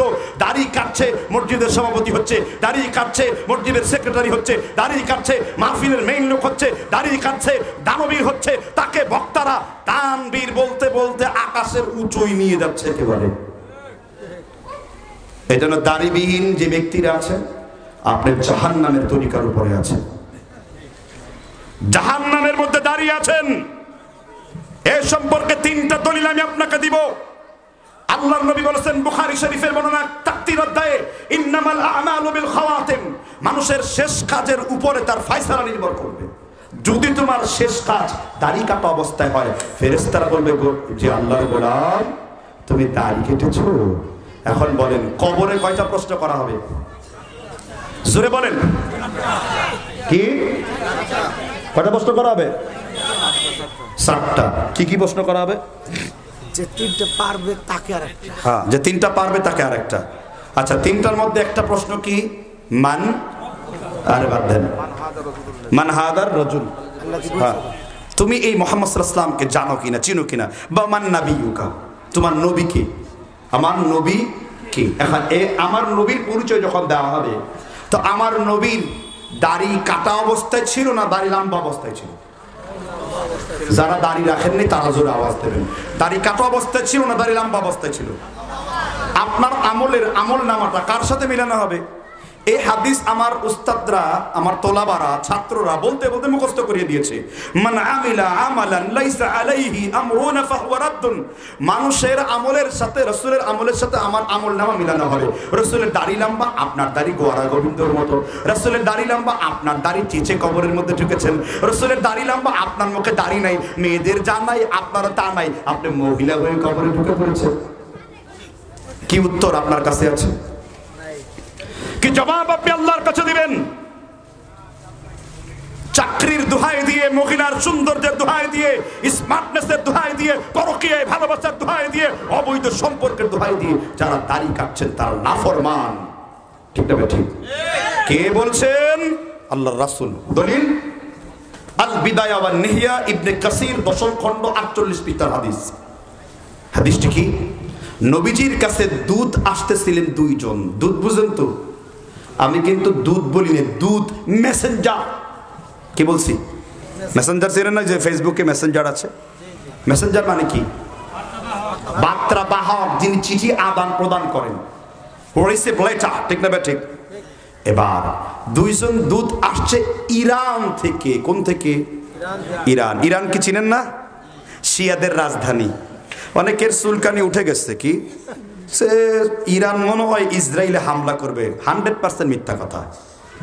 ইবনে তাইমিয়া 700 বছর আগে ফতোয়া দিয়ে ক্লিয়ার করে গেছেন। তিনি বলেছেন যে শিয়ারা হলো ইহুদিদের গাধা। যখন ইহুদিদের কোনো যানবাহন প্রয়োজন পড়ে তখন শিয়া নামের গাধার উপর তারা আরোহণ করে। যেই শিয়াদের আকীদা হলো ওই হুসি বাহিনী, সৌদি আরব শিয়াদের প্রোটেস্ট কেন করছে? কারণ সৌদি আরবকে এই যুদ্ধের দিকে ঠেলে দিয়ে শিয়ারা চাচ্ছে তারা পৃথিবীর রাজত্ব ফাতিমি খেলাফতের মতো আবার নিয়ে এই দুনিয়াটাকে রাফিজি শিয়া দিয়ে তারা পরিপূর্ণ করে ফেলবে। যারা আবু বকর ওমরের নামে টয়লেট তৈরি করে, সেখানে পায়খানা করে। যারা আয়েশা রাদিয়াল্লাহু আনহা নামে গাধার মধ্যে বাড়ি দিয়ে পিটায়, এই শিয়ারা সেই শিয়া। আকাশ থেকে বিদ্যুৎ চমকালে বলে আলী রাদিয়াল্লাহু তাআলা ও ভালোবেসে জান্নাত থেকে আমাদেরকে চোখ মেরেছে। চোখ মারা বুঝেন নাই বোধহয়, মানে চোখ দিয়ে এমন করলে যেমন না, এটা নাকি করছে আলী রাদিয়াল্লাহু তাআলা। শিয়াদের আকীদা দেখেন, আজীব আকীদা। যেই শিয়াদের একটি গুরুত্বপূর্ণ আকীদা হলো কিতমানুল ইলম, ইলমকে গোপন করা। তাকিয়া, অন্তর একটা এরকম অনেক তাকিয়াবাজি আমাদের আলেমদের মধ্যেও আছে। দেখবেন এক শ্রেণীর সুপার উস্তমরা আছে, এ বি তাহা হয়, ও বি তাহা হয়, এটাও ঠিক ওটাও ঠিক, এটাও চলবে ওটাও চলবে, এটাও হবে ওটাও হবে। উনি নাস্তিকের পক্ষে, তাবলিগের পক্ষে, আবার তাবলিগের বিপক্ষে, মিলাদের পক্ষে। আসলে উনাকে জনপ্রিয়তার ভাইরাল রোগে ধরেছে। আর আপনি যদি সাচ্চা মুসলিম হন, আপনি বলবেন না আমি একজন মুসলিম, আমি একজন সালাফি, আমি একজন আহলে হাদিস, আমি সলফে সালিহিনদের মানহাজের উপর চলি। এই স্পষ্ট বক্তব্য যে না দেবে তার মানহাজ প্রশ্নবিদ্ধ, সে মানহাজই নয়, তার থেকে ইলম নিলে ক্ষতি হতে পারে। যেহেতু ইবনে সিরিন ফতোয়া দিয়েছেন ইন্না হাদাল ইলম দীনুন ফানজুরু আম্মান তাআখুদুনা দীনাকুম। তুমি কার কাছ থেকে দ্বীন নিচ্ছ তাকে ভালো করে খেয়াল করো। মুসলিম শরীফের মুকাদ্দামার 7 পৃষ্ঠাতে ইবনে সিরিন রাহিমাহুল্লাহ এই কওলটা বর্ণনা করেছেন। তাহলে দাড়ি কাটার 2 জন দূত আসলেন রাসূলের কাছে। আল্লাহর নবী দূর থেকে বললেন রাগিমা আনফুহু, তোমাদের নাকগুলো ধুলোয় দূষিত হোক, তোমাদের নাকগুলো ধুলোয় দূষিত হোক। আল্লাহর নবী বললেন তোমরা গোঁফ লম্বা করেছো, দাড়ি কর্তন করেছো কেন? এবার ওই দুইজন লোক বলল, আল্লাহর হাবিব মুহাম্মদ রাসূলুল্লাহ সাল্লাল্লাহু আলাইহি ওয়াসাল্লাম, ইরানের বাচ্চা আমাদেরকে বলেছে গোঁফগুলোকে লম্বা করার জন্য, দাড়িকে খাটো করার জন্য। এবার বিশ্বনবী বললেন, আমার উম্মতেরা শোনো, রাসূলের উম্মতেরা শোনো, ওয়ালাকিন্না রাব্বা আমারানি, আর আমার আল্লাহ আমাকে আদেশ করেছেন, আমার আল্লাহ আমাকে নির্দেশ দিয়েছেন, আমার আল্লাহ আমাকে বলেছেন জুজ্জুস শাওয়ারিব, ও মুহাম্মদ তুমি গোঁফকে কর্তন করো, ওয়াকফুল লিহা, এবং দাড়িকে লম্বা করো। আল্লাহর নবীর স্ত্রী আম্মা জানা আয়েশা সিদ্দিকা বলেছেন, আশরুম মিনাল ফিতরা, 10টি হলো নবীদের সুন্নাত। নবীগণ কখনো 10টি সুন্নাত ছাড়েন নাই। এর মধ্যে একটি হলো নবীগণ খাতনা করেছেন, এর মধ্যে একটি হলো নবীগণ বাবরি চুল রেখেছেন, এর মধ্যে একটি হলো সকল নবীদের দাড়ি লম্বা ছিল। সুবহানাল্লাহ বলেন। দাড়ি রাখা কি? দাড়ি রাখা কি? আবার প্রশ্ন করছি, বাচ্চা ডাকুক, ডাকতে দেন, চলে দে, চলে যাক। দাড়ি রাখা কি? যারা ওয়াজিব বলছেন তারা হকের 50% কাছে আসছেন, তারা হাফ সেঞ্চুরি করেছেন, সেঞ্চুরি করতে পারেন নাই। আপনি তো হানাফিদের ফতোয়া দিয়েছেন, সালাফিদের ফতোয়া হলো ওয়াজিব বা ফরজ। কি? কেননা আহনাফদের নিকট আবার এক না ব্যাখ্যা আছে। হানাফিদের নিকট ওয়াজিব মানে হলো এটা ফরজের কাছাকাছি। তো আমি জিজ্ঞেস করলাম, মৌলানা সাহেব এক সওয়াল তো পেশ করতা হো কি সওয়াল, ওয়াজিব কতটা তাকরিবান, এক হাত है और दो हाथ है और तीन हाथ है, কতটা তাকরিবান ওয়াজিব? ওয়াজিব কত হাত কাছাকাছি? 1 হাত, 2 হাত, 6 হাত, 9 হাত, 10 হাত, 14 হাত, কতটা কাছাকাছি? প্রশ্ন আছে কিনা? আপনি যে বলেন ওয়াজিব মানে ফরজের কাছাকাছি, প্রথম কথাই ব্যাখ্যা কে লিখেছে? নাই, কোরআন হাদিসে। তো আমার এখন বক্র ব্যাখ্যা হলো যে কয় হাত কাছে ভাই ফরজের? 1 হাত কাছে, 2 হাত কাছে, 10 হাত কাছে, 9 হাত কাছে? প্রশ্ন আছে কিনা? না। এই জন্য বিন বাস, ইবনে উসাইমিন, আল আলবানি ফিকহুস সুন্নাহ, যেটা সমগ্র পৃথিবীর 4টা ফিকা নিয়ে, কম্বাইন্ড ফিকা নিয়ে লেখা, এটার মধ্যে উল্লেখ করা আছে সালাফদের নিকট দাড়ি রাখা ফরজ কিংবা ওয়াজিব। ফরজ কিংবা কি ওয়াজিব তরক করা হারাম এবং গুনাহে কাবায়ের, কবিরা গুনার অন্তর্ভুক্ত। কি গুনার অন্তর্ভুক্ত? এখন হুজুর দাড়ি কতটুকু রাখবো? এখানে 2 ধরনের আমল পাওয়া যায়। 3টি ফতোয়া রয়েছে। আবি হুরায়রা রাদিয়াল্লাহু আনহু দাড়িকে তিনি 1 মুষ্টি রাখতেন, ইবনে ওমর রাদিয়াল্লাহু আনহু দাড়িকে তিনি 1 মুষ্টি রাখতেন, ইব্রাহিম নাখাই রাহিমাহুল্লাহ দাড়িকে তিনি 1 মুষ্টি রাখতেন। আপনি কতটুকু রাখছেন? এখানে আরেকটা ব্যাখ্যা না দিলে গোলমাল লাগবে। যখন কোন সাহাবা তার বর্ণনাকৃত হাদিসের বিপরীতে আমল করবে, তখন তার বর্ণনাকৃত হাদিস হলো আমাদের জন্য দলিল, এটা উসুল। আবার বলছি, যখন কোন সাহাবা এমন কিছু বর্ণনা করবে যেটা তার আমলের বৈপরীত্য, তার বর্ণনা পাওয়া যায়, তার বর্ণিত কথা পাওয়া যায়, তার কওল পাওয়া যায়, তাহলে তার কথাটা, তার হাদিসটা আমাদের জন্য কি? দলিল। যদিও আবি হুরায়রা 1 মুষ্টি দাড়ি রেখেছেন, এটা দলিল দ্বারা প্রমাণিত, কিন্তু তার বর্ণনাকৃত হাদিস হলো জুদ্দুস শাওয়ারিব, ওয়াকফুল লিহা, খেলাফুল মাযুজ, দাড়ি লম্বা রাখো, গোঁফ কর্তন করো, মুশরিকদের বিরোধিতা করো। তার মানে রাসূলের আমল ছিল দাড়ি লম্বা করা। এই জন্য সালাফিদের আমল আকীদা হানাফিদের নিকট বহুত শক্তিশালী, এই জন্য আমাদের ফতোয়াও শক্তিশালী। আর বিন বাস রাহিমাহুল্লাহ ফতোয়া দিয়েছেন একজন মুসলিম দাড়ি নাভি পর্যন্ত রাখবে, নাভির নিচে যদি প্রস্রাব পায়খানার ছিটা লাগে তাহলে ওইটা কেটে ফেলতে পারবে। ফতোয়ায়ে লাজনা দায়মা 10068 নাম্বার প্রশ্নের উত্তরে তিনি এই কথা বলেছেন। আর তোমাদের ঈমান খাটো, তোমাদের দাড়ি 1 মুষ্টি। কথা বুঝতে পারছেন কিনা? ওই টেনে টুনে দাড়ি রাখার মধ্যে আমরা নাই। এখন আবার 1 মুষ্টির মধ্যে ঢুকছে আবার জালিয়াতি। কেউ বলেছে ওর স্যালাইনের এই মুষ্টিকে আমি মুষ্টি ধরেছি, কেউ বলেছে এইটাকে আমি মুষ্টি ধরেছি, কেউ বলেছে এইটাকে আমি মুষ্টি ধরেছি। এই জন্য এখন ফতোয়া দিতে এমন হয়েছে 40 হাত দূর থেকে দাড়ি দেখা গেলেই নাকি হক আদায় হয়ে যায়।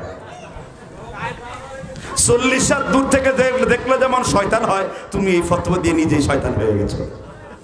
ঠিক না? ঠিক। কিন্তু রাসূল সাল্লাল্লাহু আলাইহি ওয়াসাল্লামের হাদিস কি? দাড়ি কি লম্বা রাখতে হবে। দাড়ি কি রাখতে হবে? লম্বা রাখতে হবে। দাড়ি চাচা যাবে না। আবার অনেকেই এই সুন্নত বা ইসলামের একটি মানে শিয়ার প্রতীককে ব্যঙ্গ করে। অনেকে দাড়িকে ব্যঙ্গ করে চুটকি দাড়ি, ভেটকি দাড়ি, এখানে একটু দাড়ি রাখে, দাড়ি রেখে স্টাইল করে, নাউযুবিল্লাহ। আপনি কেটেছেন, কবিরা গুনাহ করেছেন, কিন্তু আপনি যদি ইচ্ছাকৃতভাবে নবীজির, আমার রাসূলের সাল্লাল্লাহু আলাইহি সাল্লাম কোন সুন্নত নিয়ে ঠাট্টা মাজাক করেন, তাহলে শরীয়তের উসুল অনুযায়ী নাওয়াকিজুল ঈমান, ঈমান ভঙ্গের 10টি কারণের একটি কারণ হলো আল্লাহর নবীর আনিত সুন্নত নিয়ে কেউ যদি ঠাট্টা বিদ্রুপ করে। ঠিক না ঠিক? যারা দাড়ি রাখার এই মুহূর্তে হাত তুলবে তারাই অরিজিনালি বিপুরুষ, আর যারা দাড়ি কাটার পরে হাত তুলতে পারবে না এই মঞ্চে, তারা একেবারে আন্তর্জাতিক মানের কাপুরুষ। তাই আজকে আপনি বীর পুরুষ আর কাপুরুষ দেখার একটা উত্তম সুযোগ এখন আমি করে দেব। এরপরে আজকের বয়ান শুনে কে কে আল্লাহর সন্তুষ্টির জন্য দাড়ি রাখতে পারবেন হাত তুলে আল্লাহরা দেখান। যারা দাঁড়িয়ে আছে সে আবার হাত তুলছে। আপনি কি ডবল দাড়ি তুলবেন নাকি? হাত নামান, আল্লাহ বুঝে তৌফিক দান করুন। হাত নামান, হাত নামান। আমার এই আলোচনাটা কিন্তু আপনাদের হাত করার উদ্দেশ্য না, আমার আলোচনা আমি আল্লাহর রাসূলের হাদিস আপনাদেরকে স্মরণ করিয়ে দেই যে দাড়ি কাটা কতটুকু গুনার কাজ। কেন? আচ্ছা, আমাদেরকে আপনারা কি ওয়াজ শুনতে বিরক্ত হচ্ছেন? খারাপ লাগতেছে? তাহলে কথা বন্ধ করতে হবে। কিপ সাইলেন্ট এভরিবডি, সবাই চুপ থাকতে হবে এবং আমার কথার দিকে খেয়াল রাখতে হবে। কি আমি আপনাদের হার্ট করার জন্য কোনো কথা বলি নাই, বলেছি আপনাদের ওয়াজের উদ্দেশ্যে যদি একটা লোক দাড়ি রাখে এটা নেকি কি আপনি জানেন? বা দাড়ি সম্পর্কে রাসূল বলেছেন ইন্না লিহিয়াতুন নূর, প্রত্যেকটা দাড়ি হলো এক একটা নূর এবং আপনার পাপের কাফারা।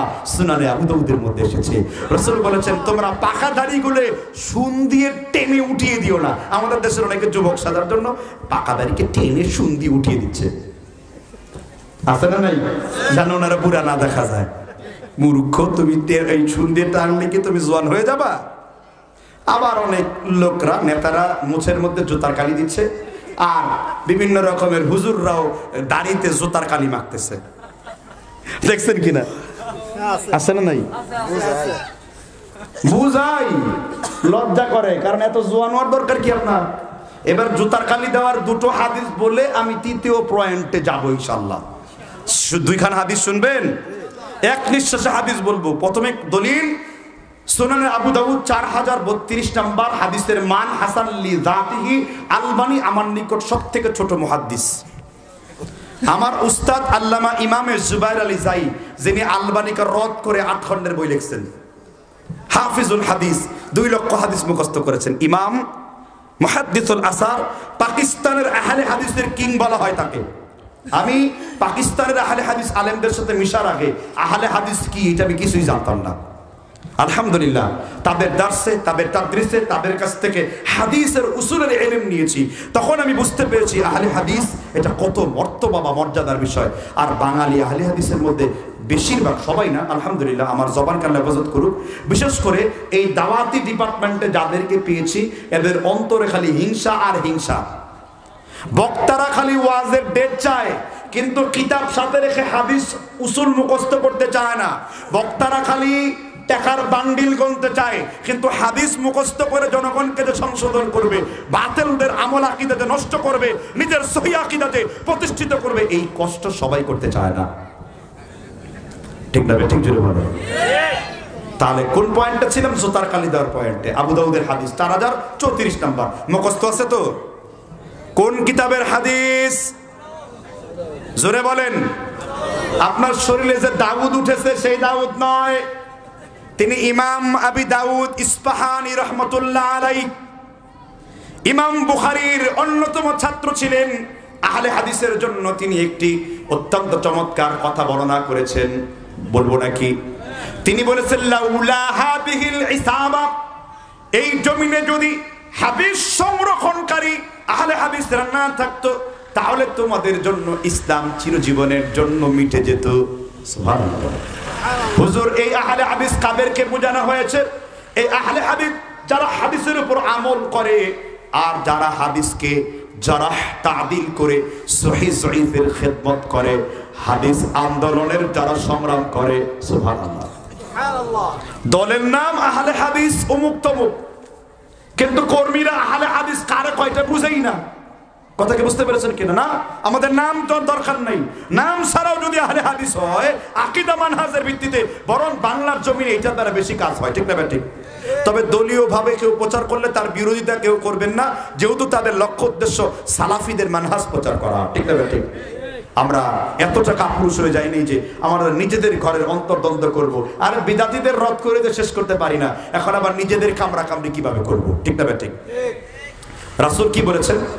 এক নিঃশ্বাসে বলি, যারা দাড়ি এবং চুলে এবং যেই মেয়েরা এই চুলের মধ্যে কলব লাগাচ্ছেন, সুপার বেসমল 33 ক্রেজ কালা মারছেন, তাদের উদ্দেশ্যে দুটো হাদিস। আর যেই নেতারা দূরে থেকে আওয়াজ শুনছেন, গোফের মধ্যে সেলুনের কাছে যে নাপিতের কাছে যে, নাপিতের ইংরেজি কি? বারবার। ওই বারবারের কাছে যে বারবার যেই গোফে কালি লাগাচ্ছেন, ঠিক না ঠিক? এদের সম্পর্কে এই হাদিসটি হাদিয়া দিয়ে গেলাম, বলবো কিনা? وعن ابن عباس رضي الله عنه قال رسول الله صلى الله عليه وسلم, ইবনে আব্বাস বর্ণনা করেছেন আমার নবী বলেছেন, ইয়াকুনু ইয়াখদিবুনা ফি আখিরিজ জামানি বিসসাওয়াদি কাহাওয়াসিল আমামি লা ইয়ারিহুনা রাইহাতাল জান্নাহ।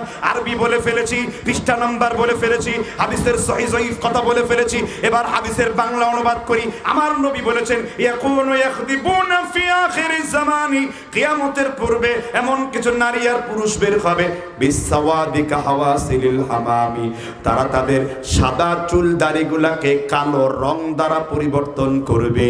নবীজি তারপর বলেছেন, লা ইয়ারিহুনা রাইহাতাল জান্নাহ, যেই মহিলা যেই পুরুষ কালো রং দ্বারা পরিবর্তন করবে তার দাড়িগুলাকে, সে জান্নাতে যাবে না, জান্নাতের ঘ্রাণও তারা কখনো পাবে না। খুব নাউজুবিল্লাহ বললেন। তওবা করেন, হুজুর এখন যে রং দিয়েছি এখন কি করব? চুল টাক করে ফেলবো? না, তওবা করে ছেড়ে দিতে হবে। এখন হুজুর কোন রং লাগাতে পারবো? রাসূলের দাদা শ্বশুর তার সামনে দিয়ে হাঁটছেন, আবু কুহাফা রাদিয়াল্লাহু আনহু, যিনি আম্মা জান আয়েশার দাদা। বললেন, সাহাবারা, আল্লাহ রাসূল আপনি তো দাড়িতে খিজাব লাগাতে বলেছেন, কিন্তু আয়েশার দাদার তো দাড়িতে নাই। তখন রাসূল বললেন, ওকে ধরো, ধরে ওর দাড়িতে গাইয়েরু তার দাড়িটা পরিবর্তন করে দাও। ওয়াজতানিবু সাওয়াদ, কালা রং দিও না, কালো রং মাইরো না, তাছাড়া অন্য রং দাও। ওয়াখাদাবা আবি বকর হিন্না ওয়াখাদাবা উমর হিন্না, মুয়াত্তা মালিকের 55 নম্বর হাদিস। আবি বকর ওমর দাড়ির মধ্যে মেহেদি কালারের খেজাব লাগাতেন। আমার এখানে আছে, ওই যে একেবারে সুন্নতের টুম্বুর করছে, সুন্নতি দেখছেন, এই যে দেখে নেন, এই যে এটা হলো আলহামদুলিল্লাহ মর্যাদাপূর্ণ লেহিয়া, মর্যাদাপূর্ণ দাড়ি, ঠিক না ঠিক?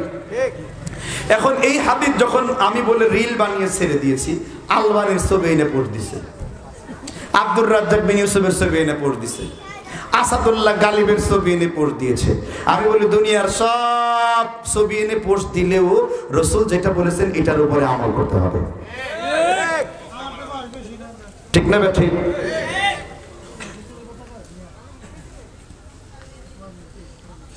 কি সমস্যা হচ্ছে? তাহলে বলেন বলেন, কি সমস্যা? কোনো কিছু সওয়াল করতে চাইলে আপনি প্রশ্ন করতে পারেন, আমি পারলে দলিল দিয়ে কথা বলবো আপনাদেরকে, ঠিক না ঠিক?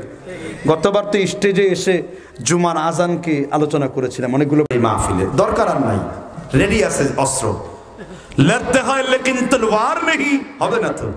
মাযহাবীদের এন্টি বেলাম গাড়িতে লোড করা থাকে সব সময়, যে কোনো সময় আসো। আমি তো বলি, আসো দাদুরা আসো, তোমরা তো আমাদের ছোট ভাইদেরকে দেখলে আসো, মাদানীদের দেখলে আসো। মদিনায় লেখাপড়া করেছে, কিন্তু বাহাস মুনাজারা করার যেটা প্র্যাকটিস, সেটা করা আলাদা একটা যোগ্যতার ব্যাপার, ঠিক না ঠিক? সবাই তো তর্ক করতে পারে না, পারে? এখন আর আলহামদুলিল্লাহ ফরাইজি আর আবরার সাহেব গর্তে লুকিয়ে গেছে। আমি আবরার সাহেবের রক্তে ইনফেকশন হয়েছে, খোঁজ নিলাম, বললাম ভাই নাভির নিচে হাত বাঁধার 50 লাখ টাকা চ্যালেঞ্জ দিয়েছি, আসুন হালাল করুন, 50 লাখ টাকা নিন। 1.5 বছর হয়েছে, বেচারা 50 লাখ টাকা নিতে আর আসে না। কথা কি বুঝতে পারছেন কিনা? আল্লাহ তাআলা বুঝবার তৌফিক দান করুন। আমি একটার মধ্যে আরেকটা ঢুকাবো না। তাহলে দ্বিতীয় প্রকার জাহান্নামী ছিল আল্লাহর সৃষ্টির পরিবর্তন করা। আপনারা করতে রাজি আছেন এটা? তাহলে দাড়ি যারা রাখেন নাই আল্লাহর নাম করে রাখতে পারবেন তো? হুজুর আমার স্ত্রী বলেছে দাড়ি রাখা যাবে না, তোমার স্ত্রীকে তুমি তাহলে বলে দিও আমার রাসূলের সুন্নাত পালন করতে না পারলে তাহলে তোমাকে রাখবো কিনা আমি সেটা ভেবে দেখবো, তুমি থাকতে পারবে কিনা আমার ঘরে আমি ভেবে দেখবো। এইভাবে কঠিন হলে স্ত্রী বলবো দাড়ি রাখতে রাখতে তুমি দাড়ি দিয়ে দেশ ছাড়ো তো, সমস্যা নেই, ঠিক না ঠিক? আল্লাহ তাআলা বুঝবার তৌফিক দান করুন। এজন্য দাড়িকে রেখে দিতে হবে, কিন্তু রেখে আবার ওই যে মওদুদি দাড়ি রাখা যাবে না। কি দাড়ি? মওদুদি দাড়ি রাখা যাবে না। মওদুদি সাহেব এটার প্রবর্তন করেছেন যে 40 হাত দূর থেকে দাড়ি দেখা গেলে, এই জন্য দেখবেন তাদের নেতা কর্মীদের দাড়ি খালি ছোট ছোট। ঠিক না? ঠিক। এই রোগ যাদের মধ্যে আছে, খোলাসা করে বলছি, এই রোগ থেকে বের হয়ে যান।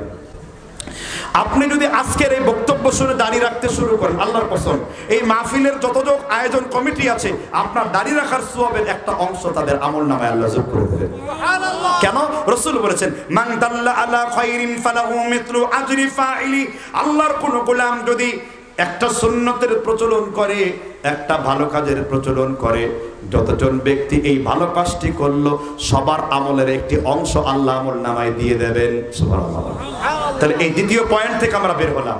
আপনারা যদি বলেন তাহলে আলোচনা করব, যদি বলেন বন্ধ করে দেব। কোনটা করব? করব। এটা আমি সংসদে বসিনি, তবে সাইডে টাইডে যারা দুই একজন উঠে যায়, জাতীয় খেলা হাডুডু দিয়ে তাকে বসিয়ে দিবেন। জাতীয় খেলা কি? হাডুডুর কাজ হলো ধরে ফেলা, তাকে ধরে ফেলবেন। ঠিক না? ঠিক। এবার তৃতীয় প্রকার ব্যক্তিদের, জাহান্নামীদের পরিচয় করিয়ে দিব। এটা আপনাদের এলাকা আমাদের এলাকার সাথে খুবই কমন ব্যাপার, বলবো কিনা? শুনতে চান? তৃতীয় প্রকার জাহান্নামী হলো, রাসূলুল্লাহ সাল্লাল্লাহু আলাইহি ওয়াসাল্লাম বলেন, আল্লাহর নবী বুখারী মুসলিমের বর্ণনায় হাদিসটি উল্লেখ রয়েছে, ফাতহুল বারী দ্বিতীয় খণ্ড 45 নম্বর পৃষ্ঠায় বিশ্বনবী সাল্লাল্লাহু আলাইহি ওয়াসাল্লাম বলেন, মান ইক্তাতা শিবরাম মিনাল আরদি যুলমান। যে ব্যক্তি অন্য কোন মানুষের সম্পত্তিগুলো আপনার গ্রাস করবে, অবৈধভাবে দখল করবে, রাসূল বলেছেন,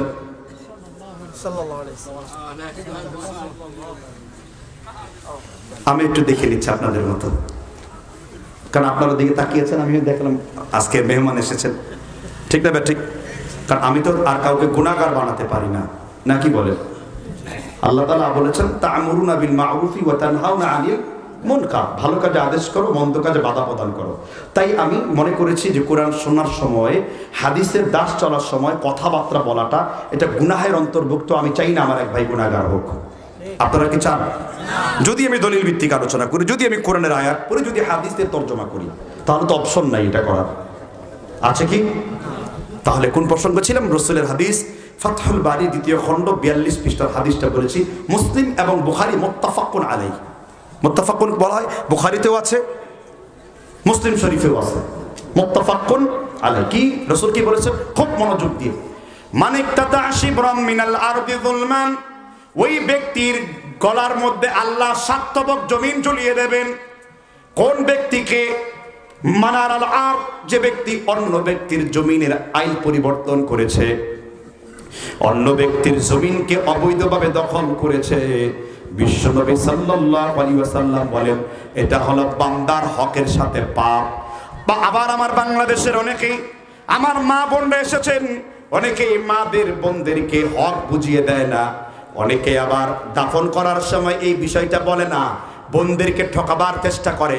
বোনদের যদি তুমি 2 কাঠা পাও, বোন পাবে কয় কাঠা? 1 কাঠা পাবে। আর আমার নবী মুহাম্মদ রাসূলুল্লাহ সাল্লাল্লাহু আলাইহি ওয়াসাল্লাম বোনদের মহব্বতের ব্যাপারে তার কোনো কমতি ছিল না। এটার একটা হাদিস এখন উল্লেখ করতে চাই।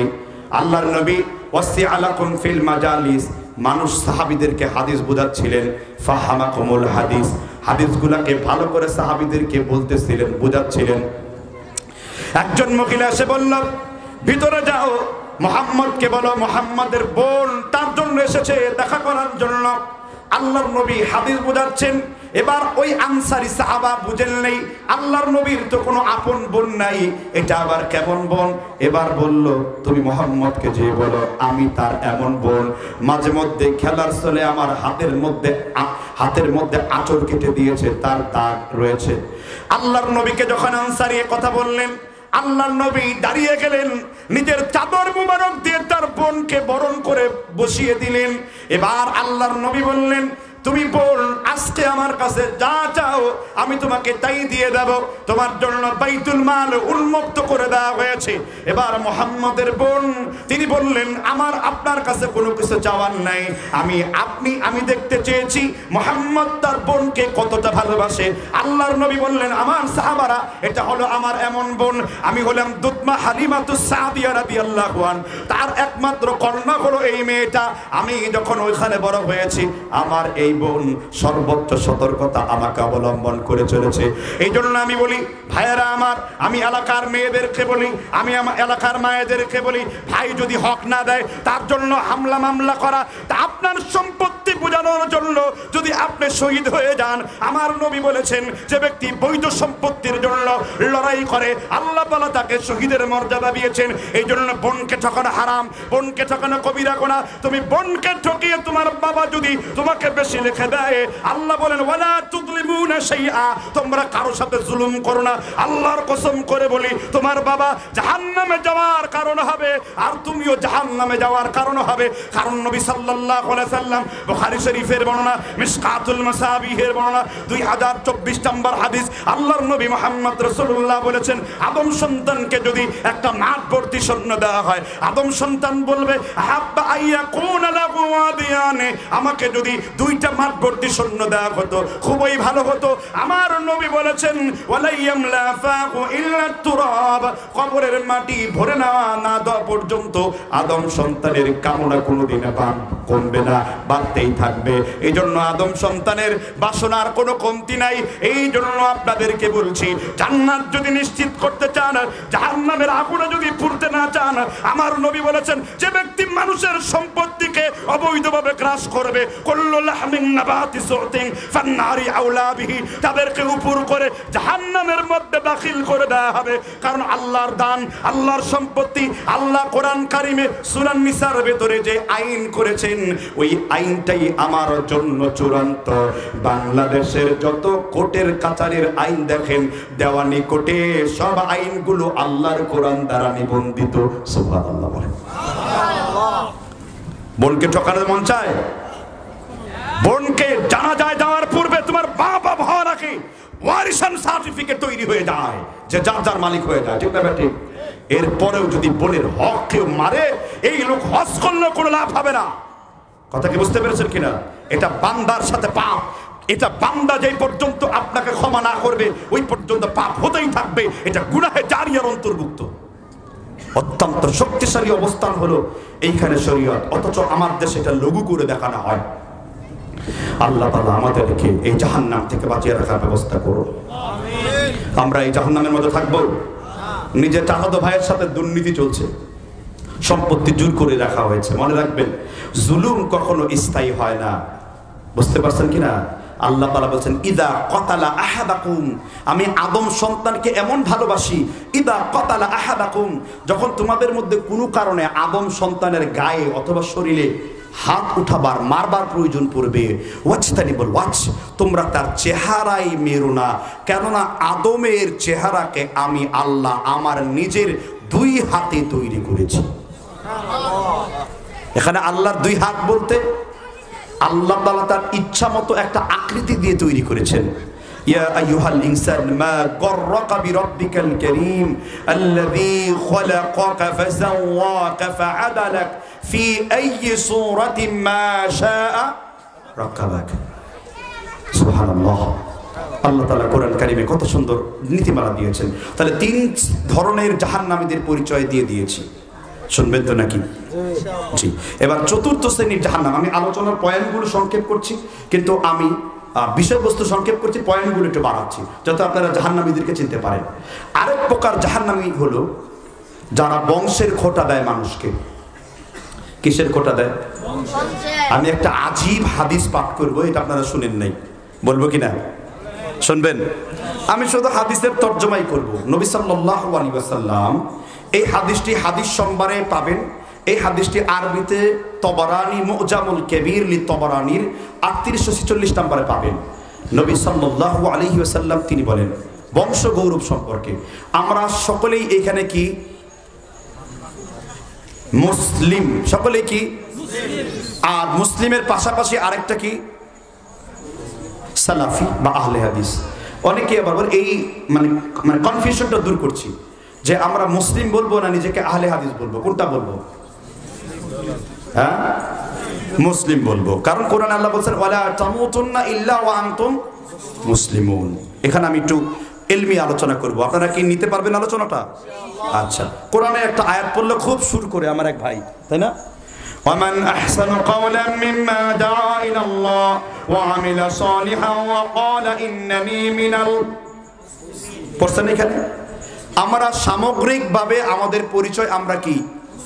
কবি কত সুন্দর করে বলেছেন, চীনো আরব হামারা সারা জাহাঁ হামারা সারা জাহাঁ হামারা মুসলিম হে হাম ওয়াতন হ্যায়।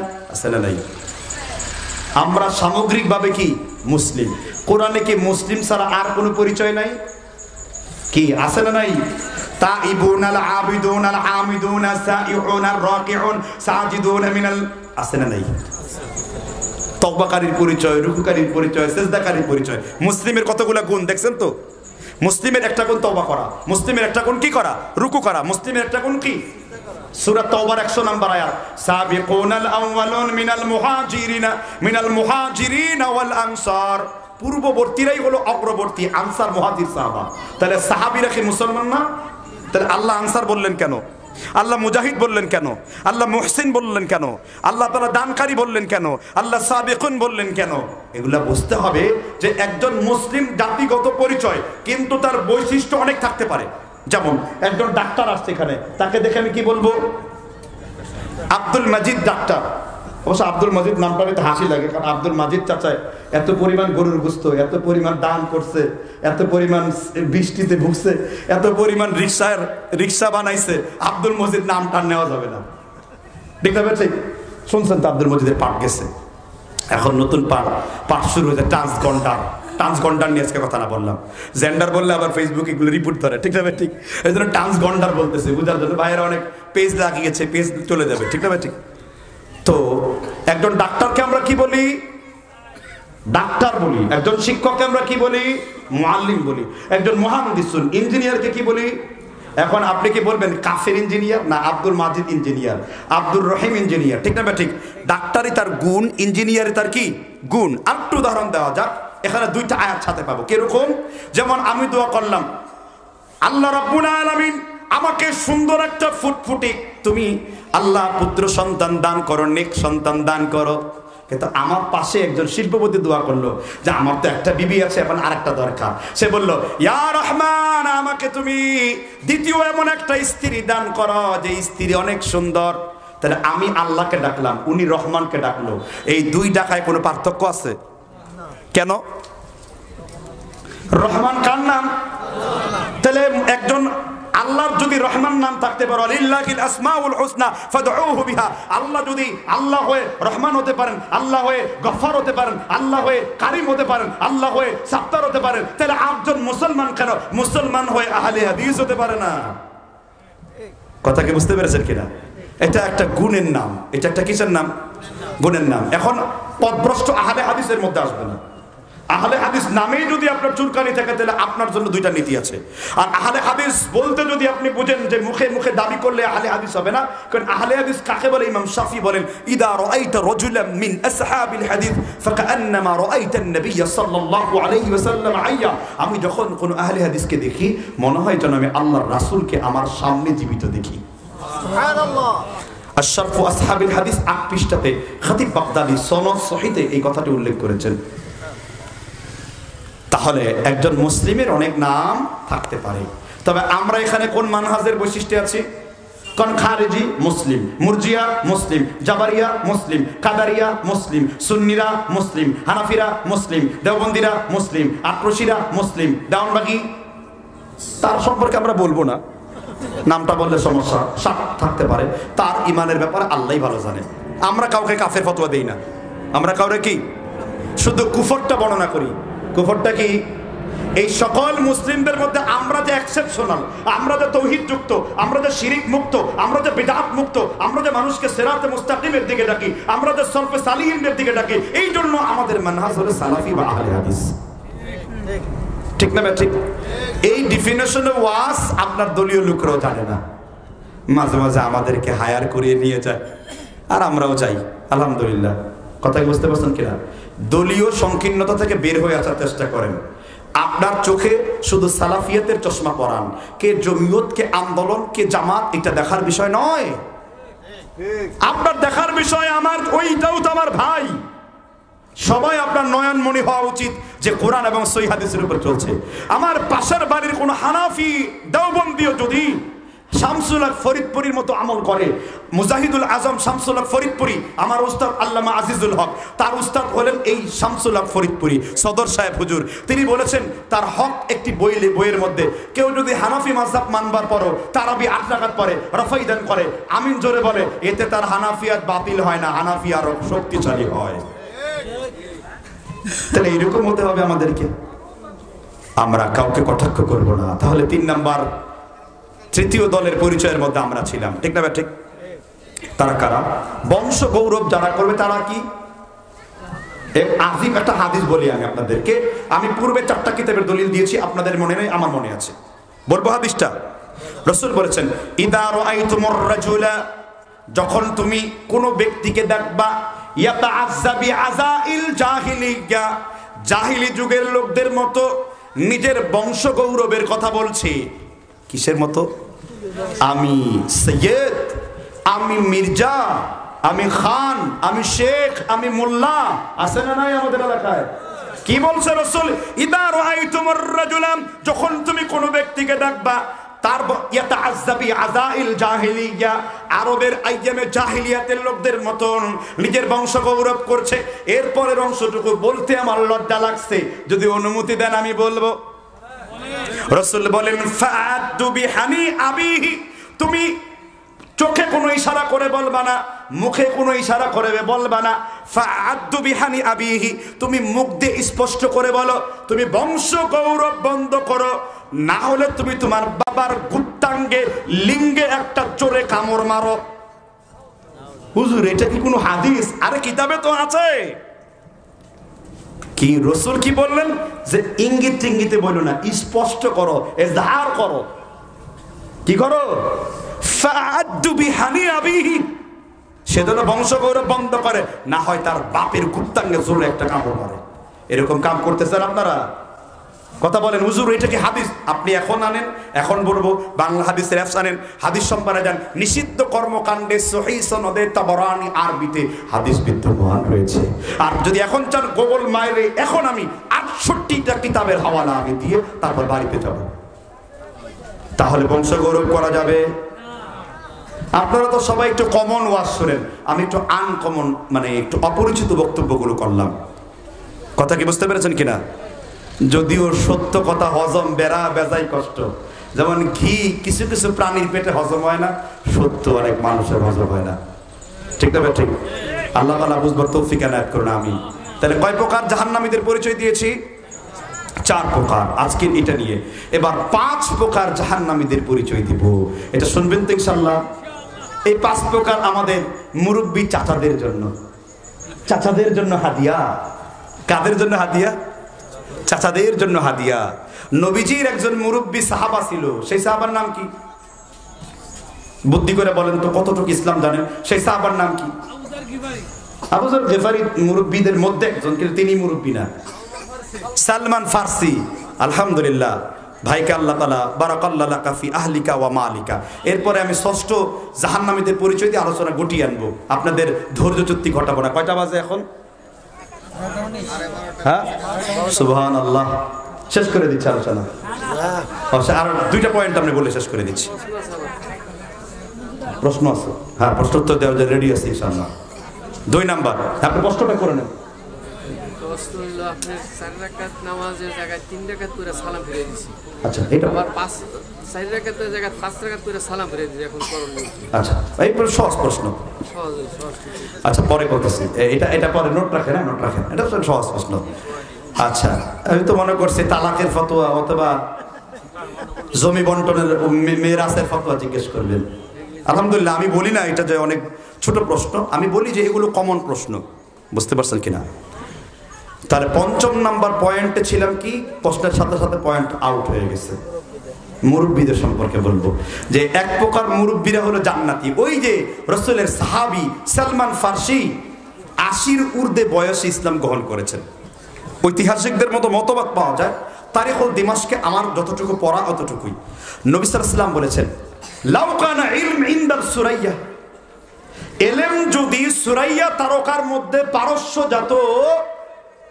এই হাদিস দ্বারা বোঝানো হয়েছে এলেম পারস্যে যাবে, এই মানে ওই পারস্য একটা এলমের আগুন যাবে, এই ব্যক্তি হলে হযরতে সালমান ফার্সি রাদিয়াল্লাহু আনহু। অনেকে না বুঝে ইমাম হাইসামির নকল করে খালি আবু হানিফার নাম দিচ্ছেন। আমার এই ব্যাপারে 189টি জারাহ আপত্তি এনেছি আমি ইমাম হাইসামির বিরুদ্ধে। আবার আমি না অতীত যুগের মুহাদ্দিস দিয়ে যে এটার অর্থ হলো সালমান ফার্সি, এই হাদিস দিয়ে আবু হানিফার ব্যাখ্যা করে এটা হলো পাগলের সুখ মনে মনে ব্যক্তিদের। ঠিক না ঠিক? দলিলের সুখ দলিলে এটার এটার এটার এই আছে, যারা পাগলের সুখ মনে মনে তারা এই হাদিস দিয়ে ব্যাখ্যা করে। হ্যাঁ, আবু হানিফা রাহিমাহুল্লাহ আলাদা মর্যাদা রয়েছে, কিন্তু মিথ্যা মর্যাদা চাপানোর কোনো দরকার নেই। আচ্ছা, সেটা কি? বুড়োদের ব্যাপারে নবীজি বলেছেন, সালাসুন লা ইউকাল্লিমুহুল্লাহ ইয়াওমাল কিয়ামা, ৩ প্রকার ব্যক্তির সাথে আল্লাহ কথা বলবেন না।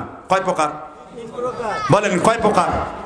আরো জোরে বলেন, ৩ প্রকার ব্যক্তির সাথে আল্লাহ কথা বলবেন না। কয় প্রকার? ওয়ালা ইউকাল্লিমুহুমুল্লাহ ইয়াওমাল কিয়ামা, আল্লাহ কথা বলবেন না। ওয়ালা ইউযাক্কিহিম, আল্লাহ তাদের পবিত্রও করবেন না। তারা কারা? সাহাবারা প্রশ্ন করলে আল্লাহর নবী বললেন, তারা হলো আশ-শাইখু জান, যেই বুড়ো বৃদ্ধ বয়সে ব্যভিচার করে, বৃদ্ধ বয়সে চায়ের দোকানে, ওই যে টেলিভিশনের সিনেমা খেলছে, বৃদ্ধ বয়সে ঘরে দাদুদের সাথে তিনি জেনায় লুতুপুতু খাচ্ছে। আছে না আমাদের দেশে কিছু বুড়ো? আমি ইমানদার বৃদ্ধের কথা বলি না। নিজে হয়তো ভালো, কিন্তু ছেলে বিপদে চলে, মেয়ে বিপদে চলে। খালি যত রাগ আর ক্রোধ মসজিদের ইমামের সাথে, যত রাগ আর ক্রোধ মসজিদের সেক্রেটারির, মসজিদের ইমামের সাথে। বেটা, তুমি চাইলে ইমাম বদলাতে পারো, কিন্তু তোমার মতো কুলাঙ্গার মার্কা কমিটি বদলানো যায় না।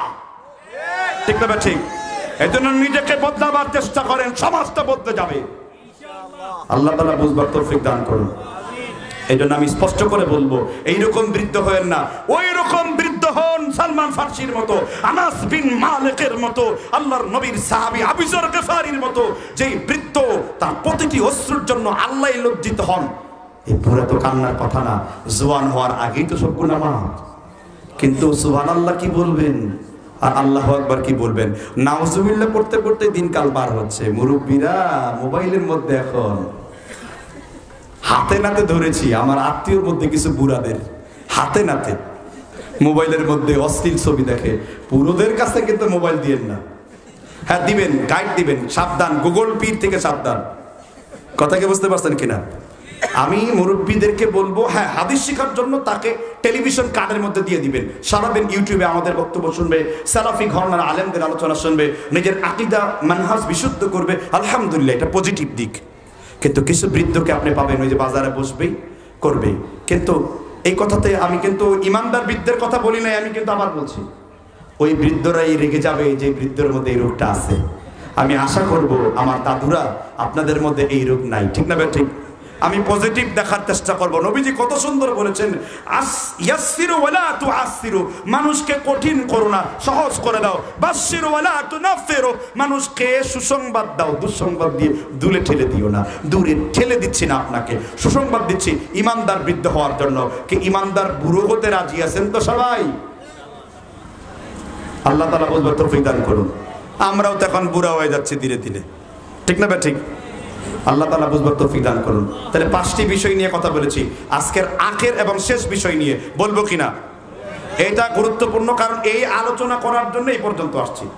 আমি খুব দেখতে পেলাম এখানে কোরআন তেলাওয়াত করছে, ইন্নাল্লাযীনা ক্বালু রাব্বুনাল্লাহ। নিচ থেকে সবাই কি বলছেন? আল্লাহু আকবার, আল্লাহু আকবার। হাদিস উল্টে দিয়েছেন আপনারা। নবীজি কি বলেছেন? ইদা সাইদনা কাব্বারনা ওয়া ইদা নাযালনা সাব্বিহনা। যখন নিচ থেকে উপরে উঠবে কি বলবে? হ্যাঁ, আর যখন উপর থেকে নিচে নামবে কি বলবে? কাজেই তেলাওয়াত সুন্দর, মারহাবান, ঠিক আছে। কি দোয়া পড়বেন বলেন? একজনের সুন্দর দেখে আপনি কি দোয়া পড়বেন? মাশাআল্লাহ না? এটা আন্তর্জাতিক মানের 3 নাম্বার ভুল। এটা মিথ্যা কথা, এরকম কোনো দলিলই নেই। ফেসবুকের মধ্যে পোস্ট দেয় আর কিছু ফেসবুক কারবারে মাশাআল্লাহ হ্যাপি লাগছে হুজুর আপনাকে। মূর্খ, দোয়া করতেও জানে না। আমি নিজেকে নিজের জন্য বলবো মাশাআল্লাহ, কিন্তু অন্য যদি কেউ দেখে আমাকে, সে বলবে বারাকাল্লাহ। কি বলবে? এই প্রমাণে কোরআনের সূরা মায়েদার সূরা আল কাহাফের 39 নম্বর আয়াতে 2 ব্যক্তির উপমা দিয়েছেন আল্লাহ, মাশাআল্লাহ লা হাওলা ওয়ালা কুওয়াতা ইল্লা বিল্লাহ দিয়ে আল্লাহ আলোচনা করেছেন। সেখানে মাশাআল্লাহ আপনি নিজে নিজে বলবেন, কিন্তু অন্যরা আপনার সৌন্দর্য দেখে কি বলবে? এখন কোন মজলিসে থাকলে বরকতময় হতে হলে আপনি কি বলা উচিত? যেন আল্লাহ ওই হাফিজদের কণ্ঠকে আরো সাউদ লেহানকে আরো মিঠা বানায় দেন। বলতে হবে বারাকাল্লাহ লাকা ফি আহলিকা ওয়া মালিকা। কিন্তু তার পরিবর্তে আপনারা কি করেছেন? আল্লাহু আকবার, আল্লাহু আকবার। কারণ বিদআত করতে মজা লাগে, বিদআত তো গীভাতে পরিণত হয়েছে। ঠিক না? ঠিক জোরে বলেন। হুজুর এত বেদাত বেদাত বেদাত করেন না। আমি খালি সুন্নত সুন্নত সুন্নত কবুল, সুন্নতের বাইরে আপনি বেদাত, কারণ আপনি কোনো আমল করেন। আরেকটা সংশোধন করে দেই আপনাদেরকে, শেষ আলোচনা। আমাদের এইখানে দানকারীদের হাতে দান দিলে কি দোয়া পড়ে? আল্লাহুম্মা সাল্লি আলাইহি আল্লাহুম্মা বারিক আলাইহি। এবার আমি একটু বড় হুজুরের ভঙ্গিতে বলছি, ও বড় হুজুর, শরিয়াত কোন হাওয়াই লাড্ডু নয়, ইচ্ছা মতো খাবে। আমি বড় হুজুরের মাদ্রাসায় 4 দিন আগে প্রোগ্রাম করে এসেছি। বড় হুজুরকে বলেছি আল্লাহুম্মা সাল্লি আলাইহি আল্লাহুম্মা বারিক আলাইহি। ৪৭,০০০ হাদিসের কিতাব সার্চ করেও, 19 জন মাদানীকে টেলিফোন করেও, 1 মাস সময় নিয়েও, সৌদি আরবের লাজনাত দায়মায় ফতোয়া দিয়েও এই দুয়ার দলিল আমি একটা জাল হাদিসও পাই নাই। কি হাদিসে পাই নাই?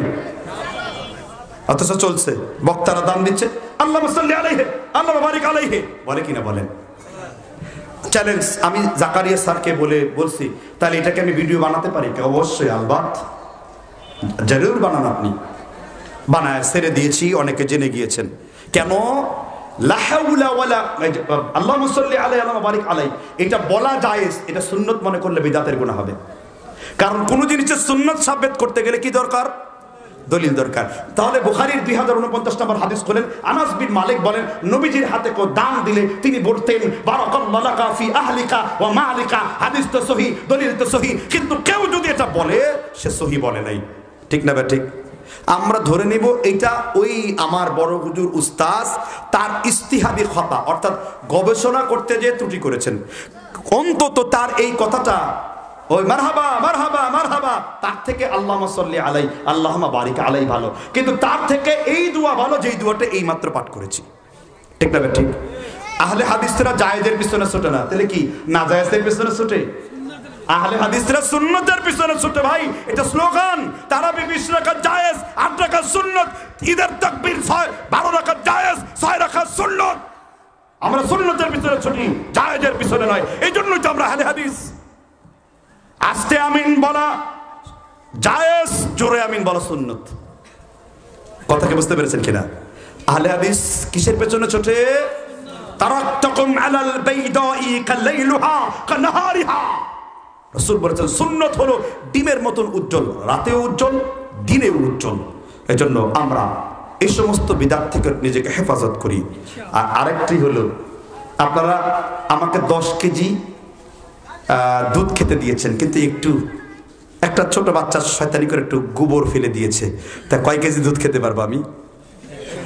হ্যাঁ, এত সুন্দর কোরআন তেলাওয়াতের পরে সাদাকাল্লাহুল আযীম